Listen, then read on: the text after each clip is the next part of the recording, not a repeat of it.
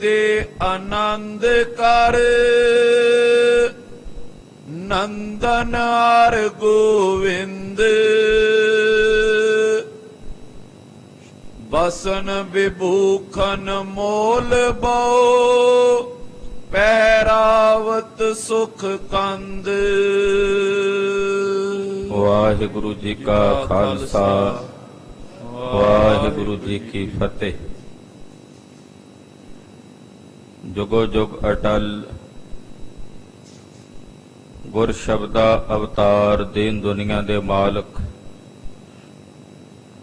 ਸਤਿਗੁਰੂ ਸ੍ਰੀ ਗੁਰੂ ਗ੍ਰੰਥ ਸਾਹਿਬ ਜੀ ਮਹਾਰਾਜ ਜੀ ਦੀ ਪਵਿੱਤਰ ਪਾਵਨ ਛਤਰ ਛਾਇਆ ਹੇਠ ਜੁੜ ਬੈਠੀ ਗੁਰੂ ਕਾ ਖਾਸ ਰੂਪ ਗੁਰੂ ਖਾਲਸਾ ਸਾਧ ਸੰਗਤ ਜੀਓ, ਧੰਤਾ ਦੇ ਪਾਤਰ ਹੋ। ਨਿਤਾ ਪ੍ਰਤੀ ਸੰਧਿਆ ਵੇਲੇ ਦੇ ਦੀਵਾਨਾਂ 'ਚ ਹਾਜ਼ਰੀਆਂ ਭਰ ਕੇ ਚੱਲ ਰਹੇ ਗੁਰ ਇਤਿਹਾਸ ਦੀ ਲੜੀਵਾਰ ਕਥਾ ਬਹੁਤ ਹੀ ਅਦਬ ਸਤਿਕਾਰ ਤੇ ਸ਼ਰਧਾ ਸਹਿਤ ਆਪ ਜੀ ਸਰਵਣ ਕਰਦੇ।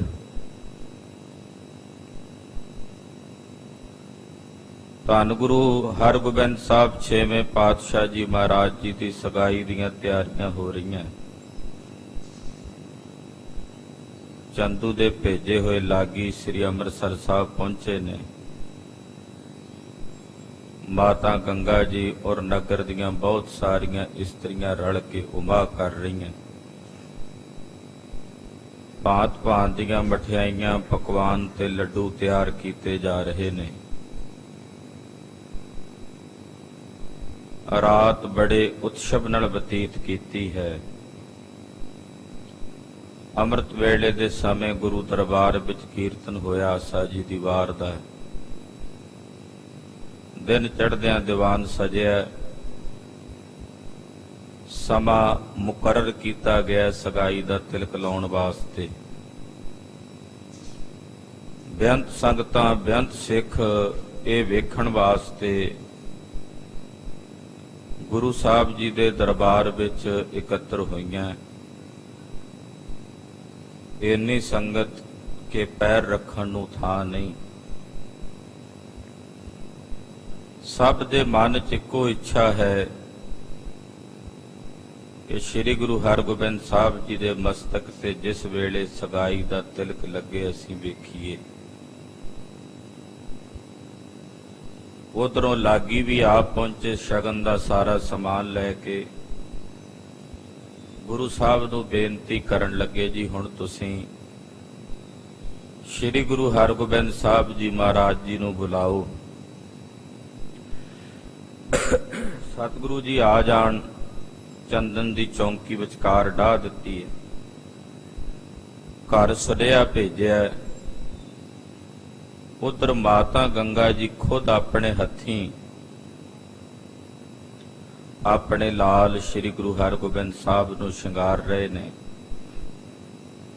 ਮਹਾਰਾਜ 6ਵੇਂ ਪਾਤਸ਼ਾਹ ਦੀ ਉਮਰ ਉਸ ਵੇਲੇ ਤਕਰੀਬਨ 9 ਸਾਲ ਦੀ ਸੀ।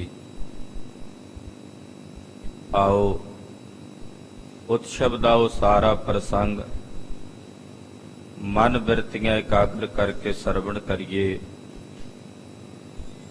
ਗੁਰੂ ਚਰਨਾਂ ਕਮਲਾਂ ਦਾ ਧਿਆਨ ਹਿਰਦੇ 'ਚ ਧਾਰਨ ਕਰਦੇ ਹੋਏ ਆਖੀਏ ਜੀ ਸਤਨਾਮ ਸ੍ਰੀ ਵਾਹਿਗੁਰੂ ਸਾਹਿਬ ਜੀ। ਸਤਨਾਮ ਸ੍ਰੀ ਵਾਹਿਗੁਰੂ ਸਾਹਿਬ ਜੀ। ਦੋਹਰਾ ਗੰਗਾ ਦੇ ਆਨੰਦ ਕਰ, ਨੰਦਨ ਹਰ ਗੋਵਿੰਦ। ਮਾਤਾ ਗੰਗਾ ਜੀ ਦੇ ਹਿਰਦੇ ਵਿੱਚ ਬੜਾ ਭਾਰੀ ਆਨੰਦ ਹੈ। ਆਪਣੇ ਪੁੱਤਰ ਸ੍ਰੀ ਗੁਰੂ ਹਰਗੋਬਿੰਦ ਸਾਹਿਬ ਜੀ ਮਹਾਰਾਜ ਜੀ ਦੀ ਸਗਾਈ ਦਾ। ਬਸਨ ਵਿਭੂਖਨ ਮੋਲ ਬੋ, ਪਹਿਰਾਵਤ ਸੁਖ ਕੰਦ। ਬੜੇ ਕੀਮਤੀ ਬਸਤਰ ਗਹਿਣੇ ਜੋ ਬੜੇ ਮੁੱਲ ਖਰਚ ਕੇ ਮਾਤਾ ਜੀ ਨੇ ਬਣਵਾਏ ਨੇ, ਉਹ ਗਹਿਣੇ ਤੇ ਉਹ ਬਸਤਰ ਮਾਤਾ ਜੀ ਸ੍ਰੀ ਗੁਰੂ ਹਰਗੋਬਿੰਦ ਸਾਹਿਬ ਜੀ ਮਹਾਰਾਜ ਜੀ ਨੂੰ ਧਾਰਨ ਕਰਵਾਉਂਦੇ ਹਨ। ਸਵਈਆ ਛੰਦ ਸੂਖਮ ਬਸਤਰ ਕਰੇ ਮੈਂ ਜਾਮਾ। ਮਹਾਰਾਜ ਜੀ ਦੇ ਕੰਠ ਵਿੱਚ ਸਰੀਰ ਤੇ ਜਿਹੜਾ ਜਾਮਾ ਧਾਰਨ ਕੀਤਾ ਹੋਇਆ ਉਹ ਬੜੇ ਬਾਰੀਕ ਤੇ ਸੂਖਮ ਧਾਗੇ ਦਾ ਬਣਿਆ ਹੋਇਆ ਹੈ। ਜਿਸਕੇ बीच दिपत तन चारो। ਇਤਨਾ ਬਾਰੀਕ ਹੈ ਉਹ ਕੱਪੜਾ ਕਿ ਸਤਿਗੁਰਾਂ ਦਾ ਪਾਵਨ ਸਰੀਰ ਤਨ ਵੀ ਵਿੱਚੋਂ ਨਜ਼ਰ ਆਉਂਦਾ ਹੈ। ਚੀਰਾ ਰਕਤ ਸੁਹਾਵਤ ਸਿਰ ਪਰ। ਸਾਹਿਬ ਜੀ ਦੇ ਸੀਸ ਉੱਤੇ ਬੜਾ ਸੁੰਦਰ ਚੀਰਾ ਦਸਤਾਰ ਜਿਹੜੀ ਹੈ ਉਹ ਸੋਭਨੀਕ ਹੋ ਰਹੀ ਹੈ। ਜਰੀਦਾਰ ਹੈ ਸ਼ੋਭ ਅਪਾਰ। ਉਹਦੇ ਨਾਲ ਚੀਰੇ ਦੇ ਜ਼ਰੀਦਾਰ ਗੁੰਫੇ ਲਟਕਦੇ ਨਜ਼ਰ ਆਉਂਦੇ ਹਨ। ਪਰਿਓ ਸਿਕੰਦਨ ਪਰ ਦਕੂਲ। ਔਰ ਗੁਰਦੇਵ ਦੇ ਮੋਢਿਆਂ ਦੇ ਉੱਤੇ ਬੜਾ ਸੋਹਣਾ ਕੀਮਤੀ ਦਕੂਲ, ਉਹਦੇ ਤੇ ਵੀ ਬੜੀ ਸੋਹਣੀ ਜ਼ਰੀਦਾਰ ਕਢਾਈ ਕੱਢੀ ਹੋਈ ਉਹ ਸੋਭ ਰਿਹਾ ਹੈ। ਸ਼ੁਭ ਦਮਕਤ ਗੋਟਾ ਜੁਤ ਬਿਸਤਾਰ। ਉਹਦੇ ਅਗਲਿਆਂ ਸਿਰਿਆਂ ਤੇ ਗੋਟਾ ਲਾਇਆ ਹੋਇਆ ਔਰ ਉਹ ਗੋਟਾ ਚਮਕ ਰਿਹਾ ਹੈ। ਉਹਦੀ ਬੜੀ ਦੁਤੀ ਤੇ ਪ੍ਰਕਾਸ਼ ਦੂਰ ਦੂਰ ਤੱਕ ਦਿਸਦਾ ਹੈ। ਹੀਰੇ ਚੀਰੇ ਔਰ ਦਾਰ ਬਰ। ਔਰ ਫਿਰ ਉਹਦੇ ਵਿੱਚ ਮਹਾਰਾਜ ਜੀ ਦੇ ਬੜੇ ਸੁੰਦਰ ਹੀਰੇ ਜਿਹੜੇ ਕੋਰਦਾਰ ਹਨ, ਤਿੱਖੇ ਹਨ। ਜਰੇ ਜਵਾਹਰ ਜਿਗਾ ਮਝਾਰ। ਮਹਾਰਾਜ ਜੀ ਦੇ ਸੀਸ ਉੱਤੇ ਜਿਹੜੀ ਜਗ੍ਹਾ ਹੈ ਉਸ ਜਗ੍ਹਾ ਦੇ ਵਿੱਚ ਉਹ ਹੀਰੇ ਦਮਕ ਰਹੇ ਨੇ, ਬੜੇ ਬੜੇ ਕੀਮਤੀ ਜਵਾਹਰਾਤ ਚਮਕ ਰਹੇ ਹਨ। ਕੁੰਡਲ ਡੋਲ ਕਪੋਲਨ ਉਪਰ। ਔਰ ਮਹਾਰਾਜ ਸੱਚੇ ਪਾਤਸ਼ਾਹ ਦੇ ਕਰਨ ਕੁੰਡਲ ਵੀ ਸੋਭਨੀਕ ਹੋ ਰਹੇ ਹਨ। ਮੁਕਤਾ ਗੋਲ ਜਮੋਲ ਵਿਸਾਲ। ਉਹਨਾਂ ਵਿੱਚ ਬੜੇ ਕੀਮਤੀ ਗੋਲ ਆਕਾਰ ਦੇ ਜਿਹੜੇ ਮੋਤੀ ਹਨ ਉਹ ਲਟਕਦੇ ਦਿਸਦੇ ਹਨ। ਤਿਮ ਮੋਤੀਆਂ ਕੀ ਮਾਲ ਗਰੇ ਮੈਂ। ਗਲੇ ਵਿੱਚ ਵੀ ਪਾਤਸ਼ਾਹ ਨੇ ਬੜੀ ਸੋਹਣੀ ਕੀਮਤੀ ਮੋਤੀਆਂ ਦੀ ਮਾਲਾ ਧਾਰਨ ਕੀਤੀ ਹੋਈ ਹੈ। ਉਜਲ ਦਮਕਤ ਹੈ ਦੁੱਤ ਜਾਲ। ਉਹ ਵੀ ਬੜੀ ਉਜਵਲ ਚਮਕਦਾਰ ਪ੍ਰਕਾਸ਼ ਕਰਨ ਵਾਲੀ ਮਾਲਾ ਹੈ। ਕੰਚਨ ਕੇ ਅੰਗਦ ਅਰ ਕੰਚਨ। ਔਰ ਫਿਰ ਮਹਾਰਾਜ ਜੀ ਦੇ ਡੋਲਿਆਂ ਦੇ ਨਾਲ ਸੋਨੇ ਦੇ ਬਹੂਟੇ ਬੱਧੇ ਹੋਏ ਨੇ, ਹੱਥਾਂ ਵਿੱਚ ਸੋਨੇ ਦੇ ਕੜੇ ਪਾਏ ਹੋਏ ਨੇ। ਜੇਬ ਜਬਰ ਤੇ ਜਟਤ ਉਜਾਲ। ਕੱਲੇ ਸੋਨੇ ਦੇ ਕੜੇ ਹੀ ਨਹੀਂ, ਉਹਨਾਂ ਸੋਨੇ ਦੇ ਕੜਿਆਂ ਤੇ ਬਹੂਟਿਆਂ ਦੇ ਵਿੱਚ ਵੀ ਬੜੇ ਕੀਮਤੀ ਹੀਰੇ ਸ਼ਬਦ ਪੰਨੇ ਜੜੇ ਹੋਏ ਨੇ। ਛਾਪ ਚਲਾਇਨ ਤੇ ਛਬ ਛਾਕਤ। ਹੱਥਾਂ ਵਿੱਚ ਵੀ ਬੜੀਆਂ ਸੁੰਦਰ ਛਾਪਾਂ ਤੇ ਛੱਲੇ ਸੋਭਨੀਕ ਹੋ ਰਹੇ ਹਨ। ਸਰਬ ਸਰਾਹਤ ਹੈਰਤ ਬਾਲ। ਜਿਹੜਾ ਵੀ ਸਤਿਗੁਰੂ ਸ੍ਰੀ ਗੁਰੂ ਹਰਗੋਬਿੰਦ ਸਾਹਿਬ ਜੀ ਦੇ ਐਸੇ ਸਰੂਪ ਨੂੰ ਵੇਖਦਾ ਹੈ ਉਹ ਸਾਰੇ ਮਹਾਰਾਜ ਜੀ ਦੇ ਸਰੂਪ ਦੀ ਸ਼ਲਾਘਾ ਕਰਦੇ ਹਨ। ਕਹਿੰਦੇ ਸਤਿਗੁਰੂ ਸੱਚੇ ਪਾਤਸ਼ਾਹ ਜੀ ਅਤ ਸੁੰਦਰ ਹਨ। ਨਿਜ ਘਰ ਤੇ ਲੈ ਜਨਨੀ ਅੰਜਨ। ਤੇ ਮਾਤਾ ਦੇ ਮਨ ਦੇ ਵਿੱਚ ਇਸ ਤਰ੍ਹਾਂ ਦਾ ਵਹਿਮ ਆਉਂਦਾ ਹੈ ਕਿ ਕਿਤੇ ਮੇਰੇ ਪੁੱਤ ਨੂੰ ਕਿਸੇ ਦੀ ਨਜ਼ਰ ਨਾ ਲੱਗ ਜਾਏ। ਮਾਂ ਦੇ ਮਨ 'ਚ ਮਮਤਾ ਹੁੰਦੀ ਹੈ। ਵੈਸੇ ਗੁਰਬਾਣੀ ਦਾ ਸਿਧਾਂਤ ਤਾਂ ਹੈ ਤੰਤ ਮੰਤ ਨ ਜੋਹੀ ਤਿਤ ਚਾਖ ਨ ਲਾਗੈ। ਪਰ ਇੱਥੇ ਇੱਕ ਮਾਂ ਦੀ ਹਿਰਦੇ ਦੀ ਜਿਹੜੀ ਮਮਤਾ ਦਾ ਵਲਵਲਾ ਹੈ ਉਹ ਭਾਈ ਸੰਤੋਖ ਸਿੰਘ ਜੀ ਨੇ ਕਵਿਤਾ ਦੇ ਵਿੱਚ ਪ੍ਰਗਟ ਕੀਤਾ ਹੈ। ਉਹ ਮਾਤਾ ਜੀ ਦੇ ਮਨ ਦੇ ਵਿੱਚ ਵੀ ਆਉਂਦਾ ਕਿਤੇ ਮੇਰੇ ਪੁੱਤ ਨੂੰ ਨਜ਼ਰ ਨਾ ਲੱਗ ਜਾਏ। ਕੱਜਲ ਦੀ ਡੱਬੀ ਚੋਂ ਥੋੜਾ ਜਿਹਾ ਕੱਜਲ ਕੱਢ ਕੇ ਮਹਾਰਾਜ ਜੀ ਦੇ ਕੰਨ ਦੇ ਕੋਲ ਥੱਲੜੇ ਪਾਸੇ ਇੱਕ ਕੱਜਲ ਦਾ ਤਿਲਕ ਲਾਉਂਦੇ ਮਾਤਾ ਜੀ, ਕੱਜਲ ਦਾ ਇੱਕ ਟਿੱਕਾ ਲਾਉਂਦੇ ਹਨ। ਆਂਜੇ ਕਮਲ ਪਤਰ ਸਮਨੈਨ। ਔਰ ਬੜੇ ਸੋਹਣੇ ਮਹਾਰਾਜ ਸੱਚੇ ਪਾਤਸ਼ਾਹ ਜੀ ਦੇ ਕਮਲਾਂ ਵਰਗੇ, ਕਮਲਾਂ ਦੇ ਪੱਤਿਆਂ ਵਰਗੇ ਸੁੰਦਰ ਨੇਤਰ ਹਨ। ਬਿਖਤ ਆਨੰਦ ਬਿਲੰਦ ਹਿਰਦੇ ਲੈ। ਜਿਹੜਾ ਵੀ ਸਤਿਗੁਰੂ ਜੀ ਨੂੰ ਵੇਖਦਾ ਹੈ ਵੇਖਦਿਆਂ ਉਹਦਾ ਹਿਰਦਾ ਆਨੰਦ ਨਾਲ ਭਰ ਜਾਂਦਾ ਹੈ। ਇਮ ਸੋ ਜਾਏ ਤ੍ਰਿਆ ਜੁਤ ਵਿੱਚ ਐਨ। ਇਸ ਤਰ੍ਹਾਂ ਸਤਿਗੁਰੂ ਸੱਚੇ ਪਾਤਸ਼ਾਹ ਜੀ ਮਹਾਰਾਜ ਉੱਥੇ ਇਸਤਰੀਆਂ ਸਨ ਮਾਤਾ ਜੀ ਦੇ ਕੋਲ, ਉਹਨਾਂ ਦੇ ਵਿੱਚ ਮਹਾਰਾਜ ਗੁਰੂ ਹਰਗੋਬਿੰਦ ਸਾਹਿਬ ਜੀ ਹਨ। ਕਰੇ ਸੰਗ ਦਾਸਨ ਲੈ ਗਮਨੇ। ਇੰਨੇ ਨੂੰ ਦਾਸ ਪਹੁੰਚੇ ਜਿਹੜੇ ਸਤਿਗੁਰਾਂ ਨੇ ਭੇਜੇ ਸਨ ਗੁਰੂ ਪਾਤਸ਼ਾਹ ਨੂੰ ਲਿਆਉਣ ਲਈ, ਛੇਵੇਂ ਪਾਤਸ਼ਾਹ ਨੂੰ। ਉਹ ਆਏ, ਉਹਨਾਂ ਨੇ ਮਹਾਰਾਜ ਛੇਵੇਂ ਪਾਤਸ਼ਾਹ ਜੀ ਨੂੰ ਆਪਣੇ ਨਾਲ ਲਿਆ ਹੈ। ਜਹਾਂ ਸਭਾ ਸਤਿਗੁਰ ਸੁਖ ਦੇਨ, ਉੱਥੇ ਨਾਲ ਲੈ ਕੇ ਚੱਲ ਕੇ ਆਏ ਨੇ ਜਿੱਥੇ ਸੁਖ ਦਾਤੇ ਸਤਿਗੁਰੂ ਸ੍ਰੀ ਗੁਰੂ ਅਰਜਨ ਦੇਵ ਸਾਹਿਬ ਜੀ ਮਹਾਰਾਜ ਜੀ ਦੀ ਸਭਾ ਲੱਗੀ ਹੋਈ ਹੈ, ਜਿੱਥੇ ਪੰਜਵੇਂ ਪਾਤਸ਼ਾਹ ਜੀ ਮਹਾਰਾਜ ਜੀ ਦਾ ਦਰਬਾਰ ਸਜਿਆ ਹੋਇਆ ਹੈ। ਸ਼੍ਰੀ ਅਰਜਨ ਬਿਨ ਉੱਠੇ ਸਰਬਈ, ਕੇਵਲ ਗੁਰੂ ਅਰਜਨ ਦੇਵ ਸਾਹਿਬ ਜੀ ਬੈਠੇ ਰਹੇ, ਮਹਾਰਾਜ ਜੀ ਨਹੀਂ ਉੱਠੇ। ਬਾਕੀ ਜਿੰਨੀ ਸੰਗਤ ਸੀ ਛੇਵੇਂ ਪਾਤਸ਼ਾਹ ਦੇ ਆਉਣ ਤੇ ਮਹਾਰਾਜ ਜੀ ਦਾ ਸਵਾਗਤ ਕਰਨ ਵਾਸਤੇ ਸਾਰੇ ਉੱਠ ਕੇ ਖਲੋਤੇ ਨੇ। ਪੰਜਵੇਂ ਪਾਤਸ਼ਾਹ ਬੈਠੇ ਰਹੇ, ਬਾਕੀ ਸਾਰੇ ਸਿੱਖ ਮਹਾਰਾਜ ਜੀ ਦਾ ਸਤਿਕਾਰ ਕਰਦਿਆਂ ਹੋਇਆਂ ਉੱਠ ਕੇ ਖਲੋਤੇ ਹਨ। ਹੀਰ ਪ੍ਰਤਾਪ ਨ ਬੈਠਿਓ ਜਾਏ, ਸਤਿਗੁਰਾਂ ਦਾ ਪ੍ਰਤਾਪ ਹੀ ਇੰਨਾ ਵੀ ਜਿਹੜਾ ਵੇਖਦਾ ਬਦੋ ਬਦੀ ਉਹ ਆਪਣੇ ਆਪ ਨੂੰ ਰੋਕ ਨਹੀਂ ਪਾਉਂਦਾ, ਆਪਣੇ ਆਪ ਹੀ ਉੱਠ ਖਲੋਂਦਾ ਹੈ। ਪ੍ਰਤਾਪ ਹੀ ਇੰਨਾ ਮਹਾਰਾਜ ਜੀ ਦਾ ਕਿ ਜਿਹੜਾ ਵੇਖਦਾ ਆਪਣੇ ਆਪ ਹੀ ਉੱਠ ਖਲੋਂਦਾ ਹੈ। ਹਾਥ ਜੋਰ ਕਰ ਬੰਧਨ ਠਾਨੇ, ਜਿੰਨੇ ਵੀ ਸਿੱਖ ਨੇ ਆਲੇ ਦੁਆਲੇ ਸਾਰੇ ਹੱਥ ਜੋੜ ਕੇ ਮਹਾਰਾਜ ਜੀ ਨੂੰ ਬੰਦਨਾ ਕਰਦੇ ਹਨ।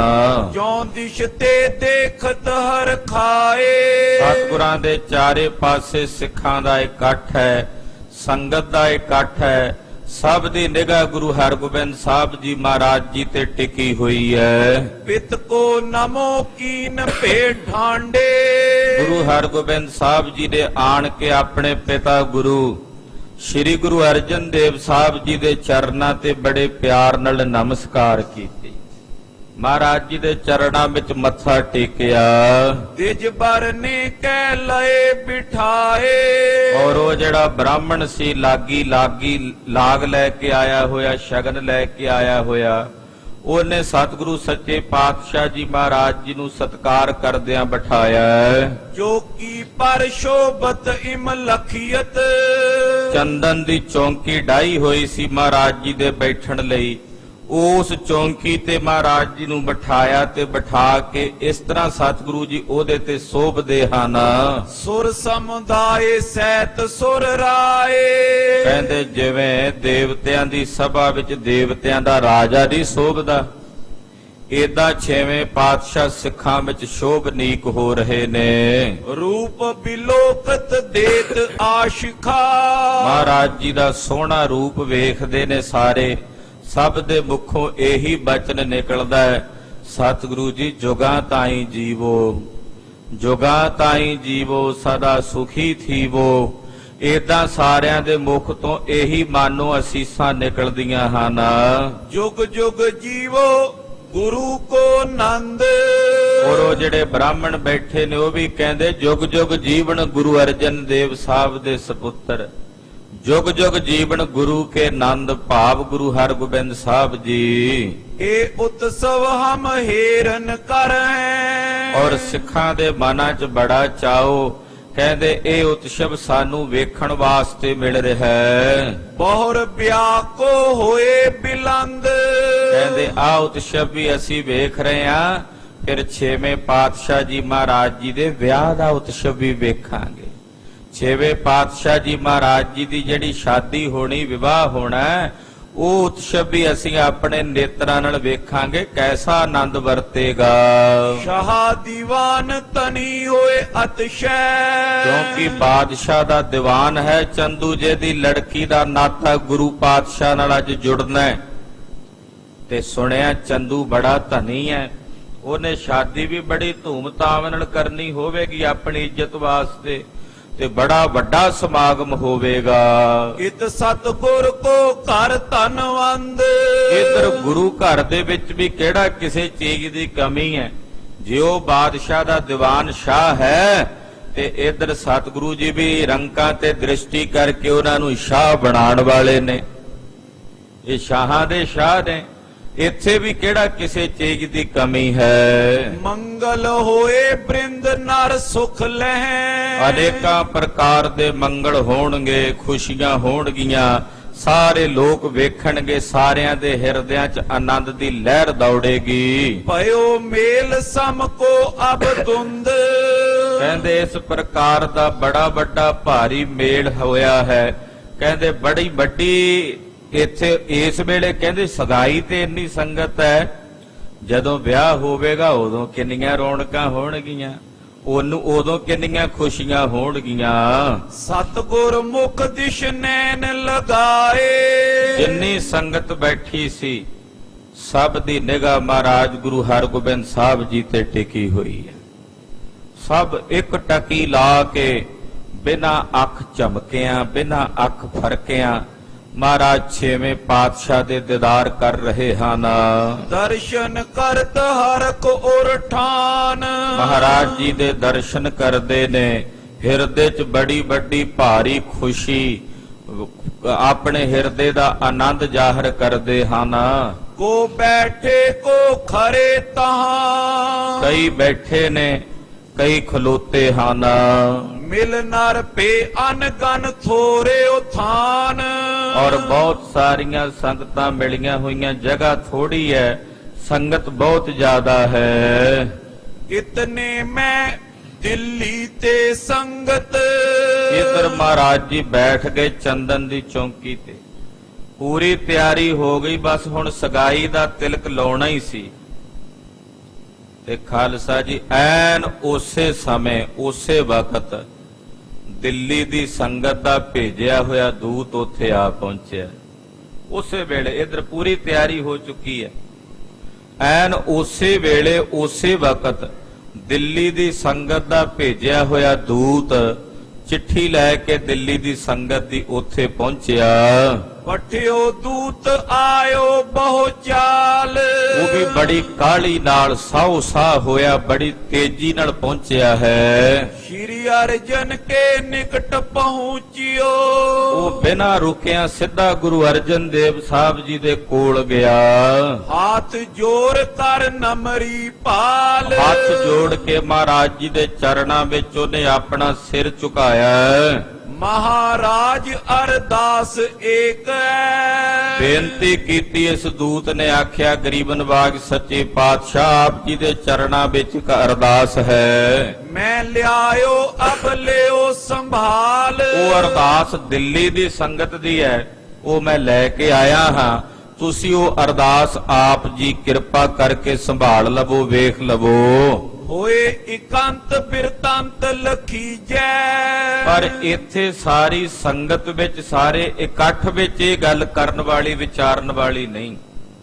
ਤੁਸੀਂ ਥੋੜਾ ਜਿਹਾ ਇਕਾਂਤ 'ਚ ਚੱਲੇ ਚੱਲੋ, ਉੱਥੇ ਬਹਿ ਕੇ ਚਿੱਠੀ ਵਾਚ ਲਵੋ ਜਿਹੜੀ ਸੰਗਤ ਨੇ ਭੇਜੀ ਹੈ, ਔਰ ਉੱਥੇ ਬਹਿ ਕੇ ਇਕਾਂਤ ਵਿੱਚ ਵਿਚਾਰ ਕਰ ਲਵੋ, ਕਿਉਂਕਿ ਮਸਲਾ ਹੀ ਬੜਾ ਗੰਭੀਰ ਹੈ। ਤੇ ਇਕਾਂਤ ਵਿੱਚ ਬੈਠ ਕੇ ਇਹ ਸਾਰੀ ਵਿਚਾਰ ਕਰ ਲਵੋ। ਉਨ ਕੀ ਜੇ ਕਾਜ ਵਿਸਾਲ। ਫਿਰ ਜਿਵੇਂ ਆਪ ਜੀ ਦੀ ਇੱਛਾ ਹੋਵੇ ਉਸੇ ਤਰ੍ਹਾਂ ਇਹ ਵਿਸ਼ਾਲ ਕੰਮ ਕਰਨਾ। ਤੂਰਨ ਹੇਰੋ ਦੇਰ ਨ ਠਾਨੋ। ਮਹਾਰਾਜ ਦੇਰੀ ਨਾ ਲਾਓ, ਜਿੰਨਾ ਛੇਤੀ ਹੋ ਸਕੇ ਪਹਿਲਾਂ ਇਹ ਚਿੱਠੀ ਵੇਖ ਲਓ। ਸਗਨ ਬਾਤ ਕਰੀਏ ਪਛਾਤ। ਬਾਕੀ ਆ ਸ਼ਗਨ ਦੀ ਗੱਲ ਬਾਅਦ ਵਿੱਚ ਕਰਿਆ ਜੇ। ਕਈ ਸਿੱਖ ਕਹਿੰਦੇ ਉਹ ਠਹਿਰ ਜਾ, ਸਗਨ ਲੱਗ ਲੈਣ ਦੇ। ਉਹ ਕਹਿੰਦੇ ਮਹਾਰਾਜ ਇਹ ਹੋ ਗਿਆ ਫਿਰ ਤਾਂ ਸਾਰੀ ਗੱਲ ਖਤਮ ਹੋ ਜਾਣੀ ਹੈ, ਇਹ ਬਾਅਦ ਚ ਕਰ ਲਿਆ ਜੇ। ਪਹਿਲਾਂ ਤੁਸੀਂ ਇਹ ਚਿੱਠੀ ਵਾਚੋ, ਜਿਹੜੀ ਇਹ ਚਿੱਠੀ ਆਪ ਜੀ ਨੂੰ ਭੇਜੀ, ਉਹ ਵੀ ਇਕਾਂਤ ਵਿੱਚ ਚੱਲ ਕੇ ਵੇਖੋ। ਸੁਨਤ ਉਠੇ ਸਤਿਗੁਰ ਤਿਸ ਛਿਨ ਮੈਂ। ਜਦੋਂ ਸਿੱਖ ਨੇ ਬੇਨਤੀ ਕੀਤੀ, ਮਹਾਰਾਜ ਜੀ ਇਹ ਸੁਣ ਕੇ ਉੱਠ ਕੇ ਖਲੋਤੇ ਹਨ। ਬੈਠਿਓ ਸਿੱਖ ਏਕ ਸਭ ਗਿਆਤ। ਮਹਾਰਾਜ ਜੀ ਉੱਠ ਕੇ ਪਾਸੇ ਨੂੰ ਚੱਲੇ, ਵੀ ਚਲੋ ਸੰਗਤ ਵਿੱਚੋਂ ਪਾਸੇ ਹੋ ਕੇ ਇਕਾਂਤ ਨੂੰ ਜਾ ਕੇ ਉੱਥੇ ਚਿੱਠੀ ਪੜ੍ਹ ਲੈਣਗੇ। ਸਿੱਖ ਬੇਨਤੀ ਕਰਦਾ ਤੇ ਉੱਥੇ ਹੀ ਖਾਲਸਾ ਜੀ ਇੱਕ ਹੋਰ ਸਿੱਖ ਬੈਠਾ ਸੀ ਸੰਗਤ ਵਿੱਚ ਹੀ। ਉਹ ਸਿੱਖ ਸੀ ਆਤਮ ਗਿਆਨੀ ਸਿੱਖ। ਉਹ ਸਿੱਖ ਸੀ ਪਰਮ ਗਿਆਨ ਨੂੰ ਪਹੁੰਚਿਆ ਹੋਇਆ। ਉਹ ਤ੍ਰਿਕਾਲਦਰਸ਼ੀ ਸੀ। ਉਹਨੂੰ ਬੈਠੇ ਨੂੰ ਪਤਾ ਲੱਗ ਗਿਆ ਵੀ ਚਿੱਠੀ ਕਾਹਦੀ ਆਈ ਹੈ। ਉਹਨੂੰ ਇਹ ਪਤਾ ਲੱਗ ਗਿਆ, ਸੋਝੀ ਹੋ ਗਈ, ਕਿਉਂਕਿ ਤ੍ਰਿਕਾਲਦਰਸ਼ੀ ਸੀ। ਉਹ ਜਾਣਦਾ ਸੀ ਸਾਰਾ ਕੁਝ, ਉਹਨੂੰ ਭਵਿੱਖਤ ਸਮਾਂ ਨਜ਼ਰ ਆ ਰਿਹਾ ਸੀ। ਉਹ ਜਿਹੜਾ ਸਿੱਖ ਉੱਥੇ ਬੈਠਾ ਸੀ ਆਤਮ ਗਿਆਨੀ, ਭੂਤ ਭਵਿੱਖਤ ਵਰਤੇ ਜਾਣਤ। ਉਹ ਵਰਤਮਾਨ ਭੂਤ ਕਾਲ ਤੇ ਭਵਿੱਖ ਕਾਲ ਤਿੰਨਾਂ ਕਾਲਾਂ ਦਾ ਗਿਆਤਾ ਸੀ। ਬੇਪਰਵਾਹ ਸਦਾ ਚਿਤ ਸ਼ਾਂਤ। ਔਰ ਬੇਪਰਵਾਹ ਤੇ ਸਦਾ ਸ਼ਾਂਤ ਚਿਤ ਰਹਿਣ ਵਾਲਾ ਵਾ, ਆਨੰਦ ਵਿੱਚ ਰਹਿਣ ਵਾਲਾ ਸਿੱਖ ਸੀ। ਮਗਨ ਰਹੇ ਗੁਰ ਸ਼ਬਦ ਵਿਖੇ। ਹਰ ਵੇਲੇ ਗੁਰੂ ਕੇ ਸ਼ਬਦ ਵਿੱਚ ਮਗਨ ਰਹਿੰਦਾ ਸੀ, ਗੁਰਬਾਣੀ ਵਿੱਚ, ਗੁਰਬਾਣੀ ਦੇ ਰਸ ਵਿੱਚ ਮਗਨ ਰਹਿੰਦਾ ਸੀ। ਨਿਤ ਮਨ ਗੁਰ ਚਰਨ ਵਿਖੇ ਦਿਨ ਰਾਤ। ਔਰ ਇਹਦਾ ਮਨ ਨਿਤ ਗੁਰੂ ਸਾਹਿਬ ਦੇ ਚਰਨਾਂ ਵਿੱਚ ਜੁੜਿਆ ਰਹਿੰਦਾ ਸੀ। ਇਹਦਾ ਮਨ ਹਰ ਵੇਲੇ ਮਹਾਰਾਜ ਜੀ ਦੇ ਚਰਨਾਂ ਨਾਲ ਜੁੜ ਕੇ ਰਹਿੰਦਾ ਸੀ। ਉਠਤ ਦੇਖ ਕਰ ਬੋਲਿਓ ਗੁਰ ਸੋ। ਜਦੋਂ ਸਤਿਗੁਰੂ ਜੀ ਤਖਤ ਤੋਂ ਉੱਠ ਕੇ ਚੱਲੇ ਨਾ, ਤੇ ਸਤਿਗੁਰਾਂ ਨੂੰ ਉੱਠਦਿਆਂ ਵੇਖ ਕੇ ਇਹ ਬੋਲ ਪਿਆ, ਇਹਦੇ ਕੋਲੋਂ ਨਾ ਰਿਹਾ ਗਿਆ।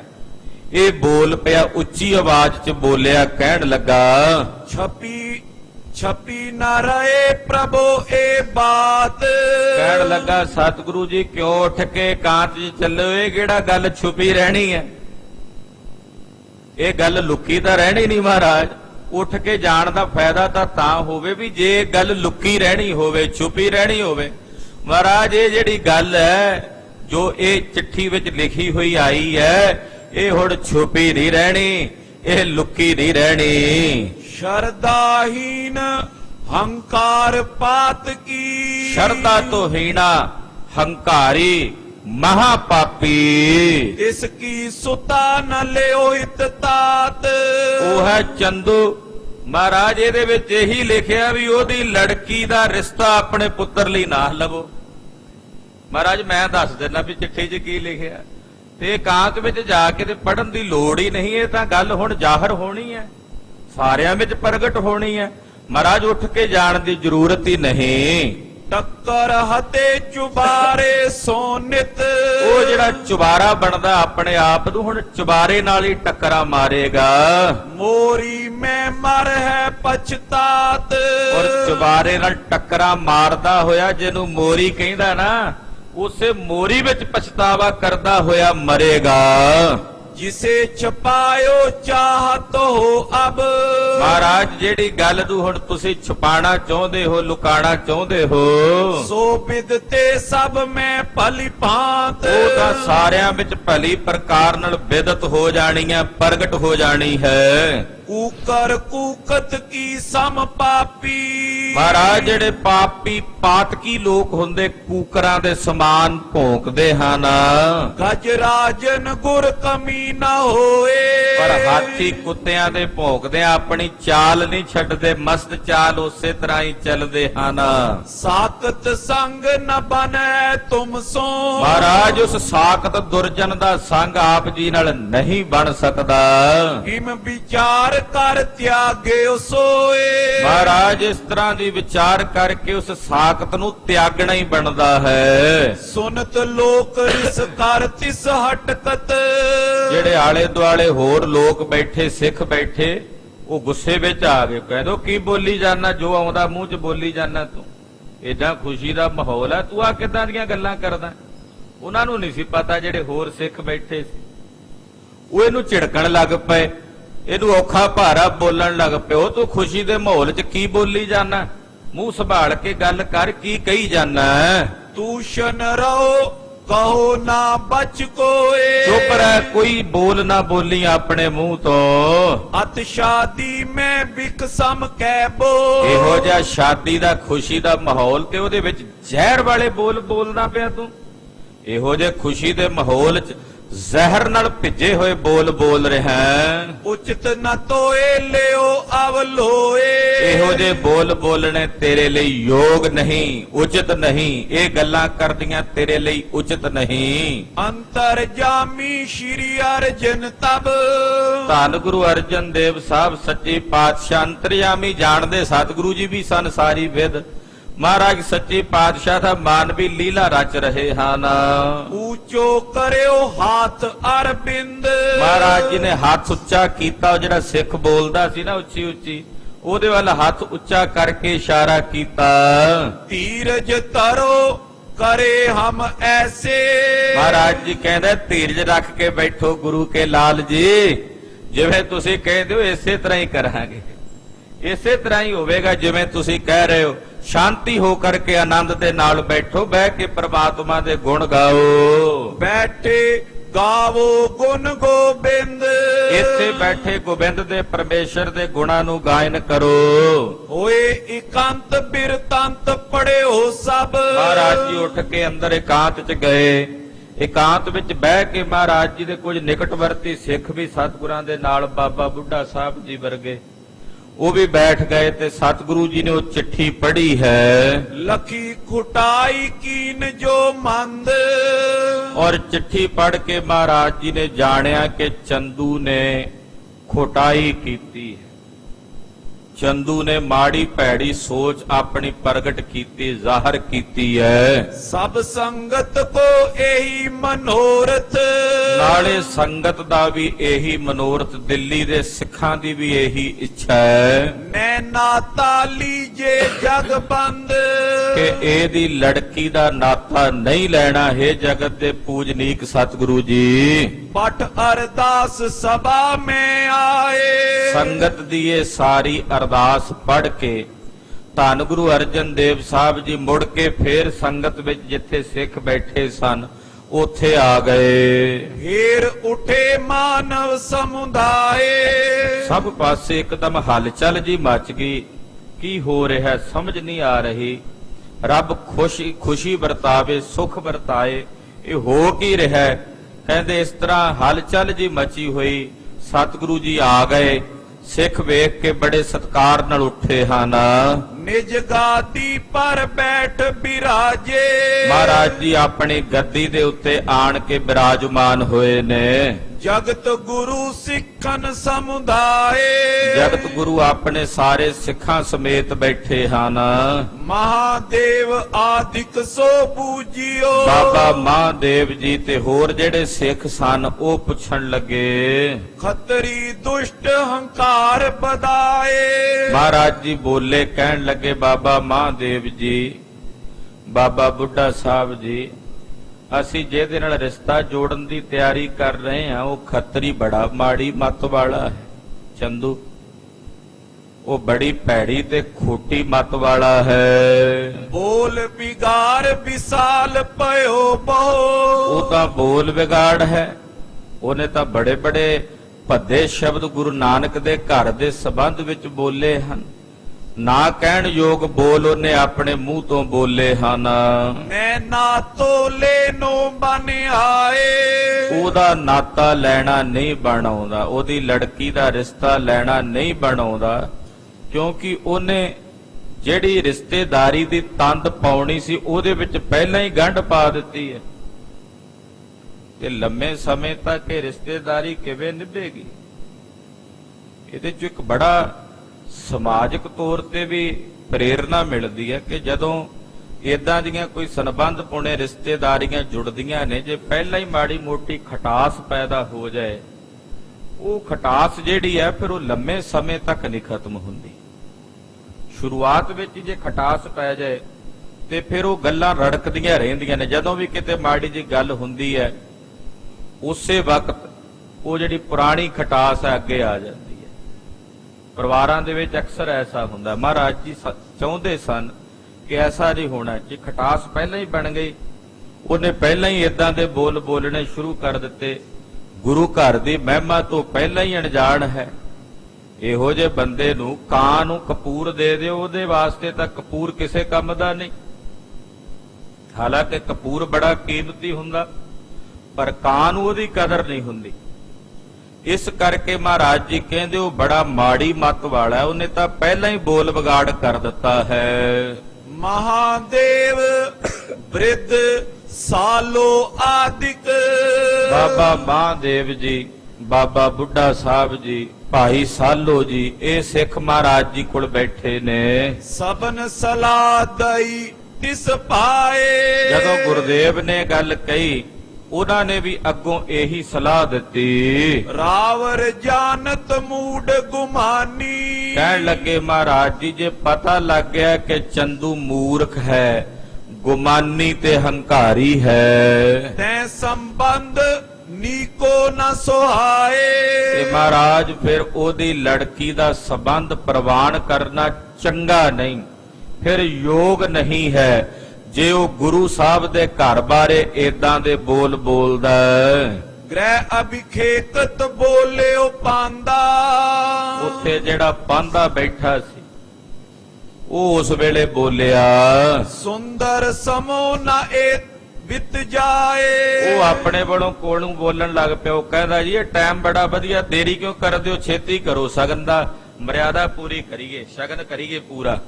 ਉਹ ਜਿਹੜਾ ਪਾਂਦਾ ਬੈਠਾ ਸੀ ਉਹ ਲਾਗ ਲੈ ਕੇ ਆਇਆ ਹੋਇਆ, ਕਹਿੰਦਾ ਜੀ ਟਾਈਮ ਨਾ ਪਾਸ ਕਰੋ, ਛੇਤੀ ਆ, ਸਮਾਂ ਬੜਾ ਵਧੀਆ ਹੈ। ਤਿਲਕ ਕਰਾਵੋ ਅਬ ਨਿਜ ਸੁਤ ਕੇ। ਆਪ ਜੀ ਆਪਣੇ ਸਾਹਿਬਜ਼ਾਦੇ ਦੇ ਮੱਥੇ ਤੇ ਹੁਣ ਸਗਾਈ ਦਾ ਤਿਲਕ ਲਗਾਵੋ। ਬਨੇ ਸਬੰਧ ਬਿਗਨ ਬਿਨ ਸਾਏ। ਜਦੋਂ ਸਬੰਧ ਬਣ ਜਾਏਗਾ ਫਿਰ ਆਪੇ ਸਾਰੇ ਵਿਘਨ ਦੂਰ ਹੋ ਜਾਣਗੇ, ਉਹ ਵੀ ਤੁਹਾਡੀ ਮਹਿਮਾ ਸਮਝ ਜਾਵੇਗਾ। ਦੇਹੋ ਆਇਸ ਦਿਜ ਕਰੇ ਸਗੁਨ ਕੋ। ਆਗਿਆ ਦਿਓ ਤਾਂ ਜੋ ਜਿਹੜਾ ਇਹ ਬ੍ਰਾਹਮਣ ਹੈ ਇਹ ਆਪਣਾ ਸਾਰਾ ਸ਼ਗਨ ਪੂਰਾ ਕਰੇ। ਸਭ ਕੀ ਲਾਲਸ ਪੂਰੀ ਹੋਏ। ਸਾਰਿਆਂ ਦੇ ਮਨ ਦੀ ਲਾਲਸਾ ਇੱਛਾ ਪੂਰੀ ਹੋਵੇ। ਪਏ ਬਿਰੁਖ ਸ਼੍ਰੀ ਅਰਜਨ ਬੋਲੇ। ਧੰਨ ਗੁਰੂ ਅਰਜਨ ਦੇਵ ਸਾਹਿਬ ਜੀ ਮਹਾਰਾਜ ਜੀ ਅੱਗੋਂ ਬੋਲੇ, ਤਿਸ ਕੀ ਸਮਤਾ ਹਮੇ ਨ ਜੋਏ। ਮਹਾਰਾਜ ਜੀ ਕਹਿੰਦੇ ਅਸੀਂ ਚੰਦੂ ਦੇ ਬਰਾਬਰ ਨਹੀਂ ਹਾਂ। ਚੰਦੂ ਦੇ ਬਰਾਬਰ ਇਹ ਨਹੀਂ ਕਿਹਾ ਵੀ ਚੰਦੂ ਸਾਡੇ ਬਰਾਬਰ ਨਹੀਂ। ਮਹਾਰਾਜ ਕਹਿੰਦੇ ਅਸੀਂ ਉਹਦੇ ਬਰਾਬਰ ਨਹੀਂ। ਕਿਸ ਪਾਸਿਓਂ? ਨੀਚ ਪੁਣੇ ਵਾਲੇ ਪਾਸਿਓਂ। ਚੰਦੂ ਨੀਚ ਹੈ ਨਾ, ਰੱਜ ਕੇ ਨੀਚ ਹੈ। ਮਹਾਰਾਜ ਕਹਿੰਦੇ ਅਸੀਂ ਉਹਦੇ ਬਰਾਬਰ ਨਹੀਂ ਹਾਂ। ਲੈਬੋ ਉਚਿਤ ਨਹੀਂ ਇਹ ਨਾਤਾ। ਉਹਦੀ ਧੀ ਦਾ ਇਹ ਨਾਤਾ ਰਿਸ਼ਤਾ ਲੈਣਾ ਹੁਣ ਉਚਿਤ ਨਹੀਂ ਹੈ, ਯੋਗ ਨਹੀਂ ਹੈ। ਜਾਤ ਦਰਬ ਹੰਕਾਰੀ ਸੋਏ। ਕਿਉਂਕਿ ਉਹਦੇ ਮਨ 'ਚ ਆਪਣੀ ਜਾਤ ਦਾ, ਫਿਰ ਆਪਣੇ ਧਨ ਦਾ, ਆਪਣੇ ਰੁਤਬੇ ਦਾ, ਆਪਣੀ ਪ੍ਰਤਿਭਾ ਦਾ ਬੜਾ ਵੱਡਾ ਹੰਕਾਰ ਹੈ। ਊਚੋ ਬਨਿਓ ਚੁਬਾਰਾ ਮਦ ਤੇ। ਉਹ ਹਾਲੇ ਤਾਂ ਰਿਸ਼ਤਾ ਨਹੀਂ ਬਣਿਆ, ਪਹਿਲਾਂ ਹੀ ਆਪਣੇ ਰੁਤਬਿਆਂ ਦਾ ਰੋਹਬ ਝਾੜਨ ਲੱਗ ਪਿਆ। ਕੱਲ ਨੂੰ ਰਿਸ਼ਤਾ ਬਣ ਜਾਏਗਾ, ਸੁਭਾਵਕ ਹੈ, ਫਿਰ ਤਾਂ ਉਹ ਜੂਣਾ ਹਰਾਮ ਕਰ ਦੇਗਾ। ਉਹ ਆਖੇਗਾ ਮੈਂ ਚੰਦੂ ਹਾਂ, ਦੀਵਾਨ ਹਾਂ ਬਾਦਸ਼ਾਹ ਦਾ। ਕੱਲ ਨੂੰ ਜੇ ਕਿਤੇ ਮਾੜੀ ਮੋਟੀ ਵੀ ਖਟਾਸ ਪੈਦਾ ਹੁੰਦੀ ਤੇ ਔਖਾ ਹੋ ਜਾਏਗਾ। ਮਹਾਰਾਜ ਜੀ ਕਹਿੰਦੇ ਸਾਡਾ ਉਹਦੇ ਨਾਲ ਕੋਈ ਸੰਬੰਧ ਨਹੀਂ ਜੁੜ ਸਕਦਾ। ਜਿਉਂ ਦਿਸ਼ ਤੇ ਦੁੱਖ ਦੇ ਸਭ ਕੋਏ। ਉਹ ਤਾਂ ਸਾਨੂੰ ਚਾਰੇ ਪਾਸਿਆਂ ਤੋਂ ਫਿਰ ਦੁੱਖ ਹੀ ਦੇਵੇਗਾ। ਜੋ ਊਚੋ ਤੈਂ ਗਿਰਬੇ ਕੋ ਡਰ। ਉਹ ਬੜਾ ਉੱਚਾ ਹੈ ਤੇ ਨਾਲੇ ਜਿਹੜਾ ਉੱਚਾ ਹੁੰਦਾ ਨਾ, ਉੱਚੇ ਚੜਿਆ ਹੁੰਦਾ, ਉਹਨੂੰ ਥੱਲੇ ਡਿੱਗਣ ਦਾ ਵੀ ਓਨਾ ਹੀ ਡਰ ਹੁੰਦਾ। ਜਿੰਨਾ ਕੋਈ ਉੱਚਾ ਚੜਿਆ ਹੋਵੇ ਉਹਨੂੰ ਉਸ ਉਚਾਈ ਤੋਂ ਥੱਲੇ ਡਿੱਗਣ ਦਾ ਓਨਾ ਹੀ ਜ਼ਿਆਦਾ ਡਰ ਹੁੰਦਾ ਹੈ। ਪਰੇ ਗਾਜ ਜਰ ਰਹੇ ਨ ਜਾਏ। ਜਦੋਂ ਕੋਈ ਉੱਚਾ ਚੜਿਆ ਹੋਵੇ ਨਾ ਕਿਸੇ ਚੁਬਾਰੇ ਤੇ, ਜਦੋਂ ਉਹਦੇ ਤੇ ਗਾਜ ਪੈਂਦੀ ਆ ਤੇ ਫਿਰ ਉਹਦੇ ਕੋਲੋਂ ਰਿਹਾ ਨਹੀਂ ਜਾਂਦਾ, ਉਹਨੂੰ ਥੱਲੇ ਡਿੱਗਣਾ ਹੀ ਪੈਂਦਾ ਹੈ। ਹਮ ਸਮ ਹਮ ਕੋ ਆਨ ਮਿਲੇ ਕੋ। ਜਿਹੜਾ ਪਹਿਲਾਂ ਹੀ ਜ਼ਮੀਨ ਤੇ ਡਿੱਗਾ ਪਿਆ ਉਹ ਹੋਰ ਕੀ ਡਿੱਗੇਗਾ। ਉੱਚਾ ਚੜ੍ਹੈ ਸੋ ਪਵੈ ਤੇ ਅੱਲਾ ਧਰਨ ਪਰੈ ਤਿਸ ਲੱਗੈ ਨਾ ਕਾਲਾ। ਜਿਹੜਾ ਪਹਿਲਾਂ ਹੀ ਭੁੰਜਿਆ ਪਿਆ ਹੋਇਆ ਉਹਨੂੰ ਕੀ ਡਿੱਗਣ ਦਾ ਡਰ। ਜਿਹੜੇ ਸਾਡੇ ਵਰਗੇ ਨੇ ਉਹ ਆਪੇ ਸਾਨੂੰ ਮਿਲ ਜਾਣਗੇ, ਜਿਹੜੇ ਚੰਦੂ ਵਰਗੇ ਨੇ ਉਹ ਚੰਦੂ ਨੂੰ ਮਿਲ ਜਾਣਗੇ। ਕਿਉਂਕਿ ਉਡਤੇ ਕੋ ਉਡਤਾ ਮਿਲੈ। ਜਿਹੋ ਜਿਹਾ ਕੋਈ ਹੁੰਦਾ ਉਹਨੂੰ ਉਹੋ ਜਿਹਾ ਕੋ ਮਿਲ ਜਾਂਦਾ, ਟੱਕਰ ਜਾਂਦਾ। ਜਿਹੋ ਜਿਹਾ ਕੋਈ ਨੇਚਰ ਵਾਲਾ ਹੁੰਦਾ ਉਹਨੂੰ ਉਹੋ ਜਿਹਾ ਕੋ ਟੱਕਰ ਜਾਂਦਾ, ਮਿਲ ਜਾਂਦਾ। ਇਸੇ ਤਰ੍ਹਾਂ ਜਿਹੜਾ ਸਾਡੇ ਵਰਗਾ ਉਹ ਸਾਨੂੰ ਮਿਲ ਹੀ ਜਾਏਗਾ। ਬਨੋ ਚੁਬਾਰਾ ਭਾਲ ਪਨਾਏ। ਉਹ ਆਪੇ ਚੁਬਾਰਾ ਬਣਿਆ ਰਹੇ ਤੇ ਚੁਬਾਰਾ ਬਣ ਕੇ ਆਪਣਾ ਮੱਥਾ ਤੁੜਾਉਂਦਾ ਫਿਰੇ। ਸਤਿਗੁਰ ਕੋ ਕਰ ਮਾਣ ਨਿਮਾਨਨ।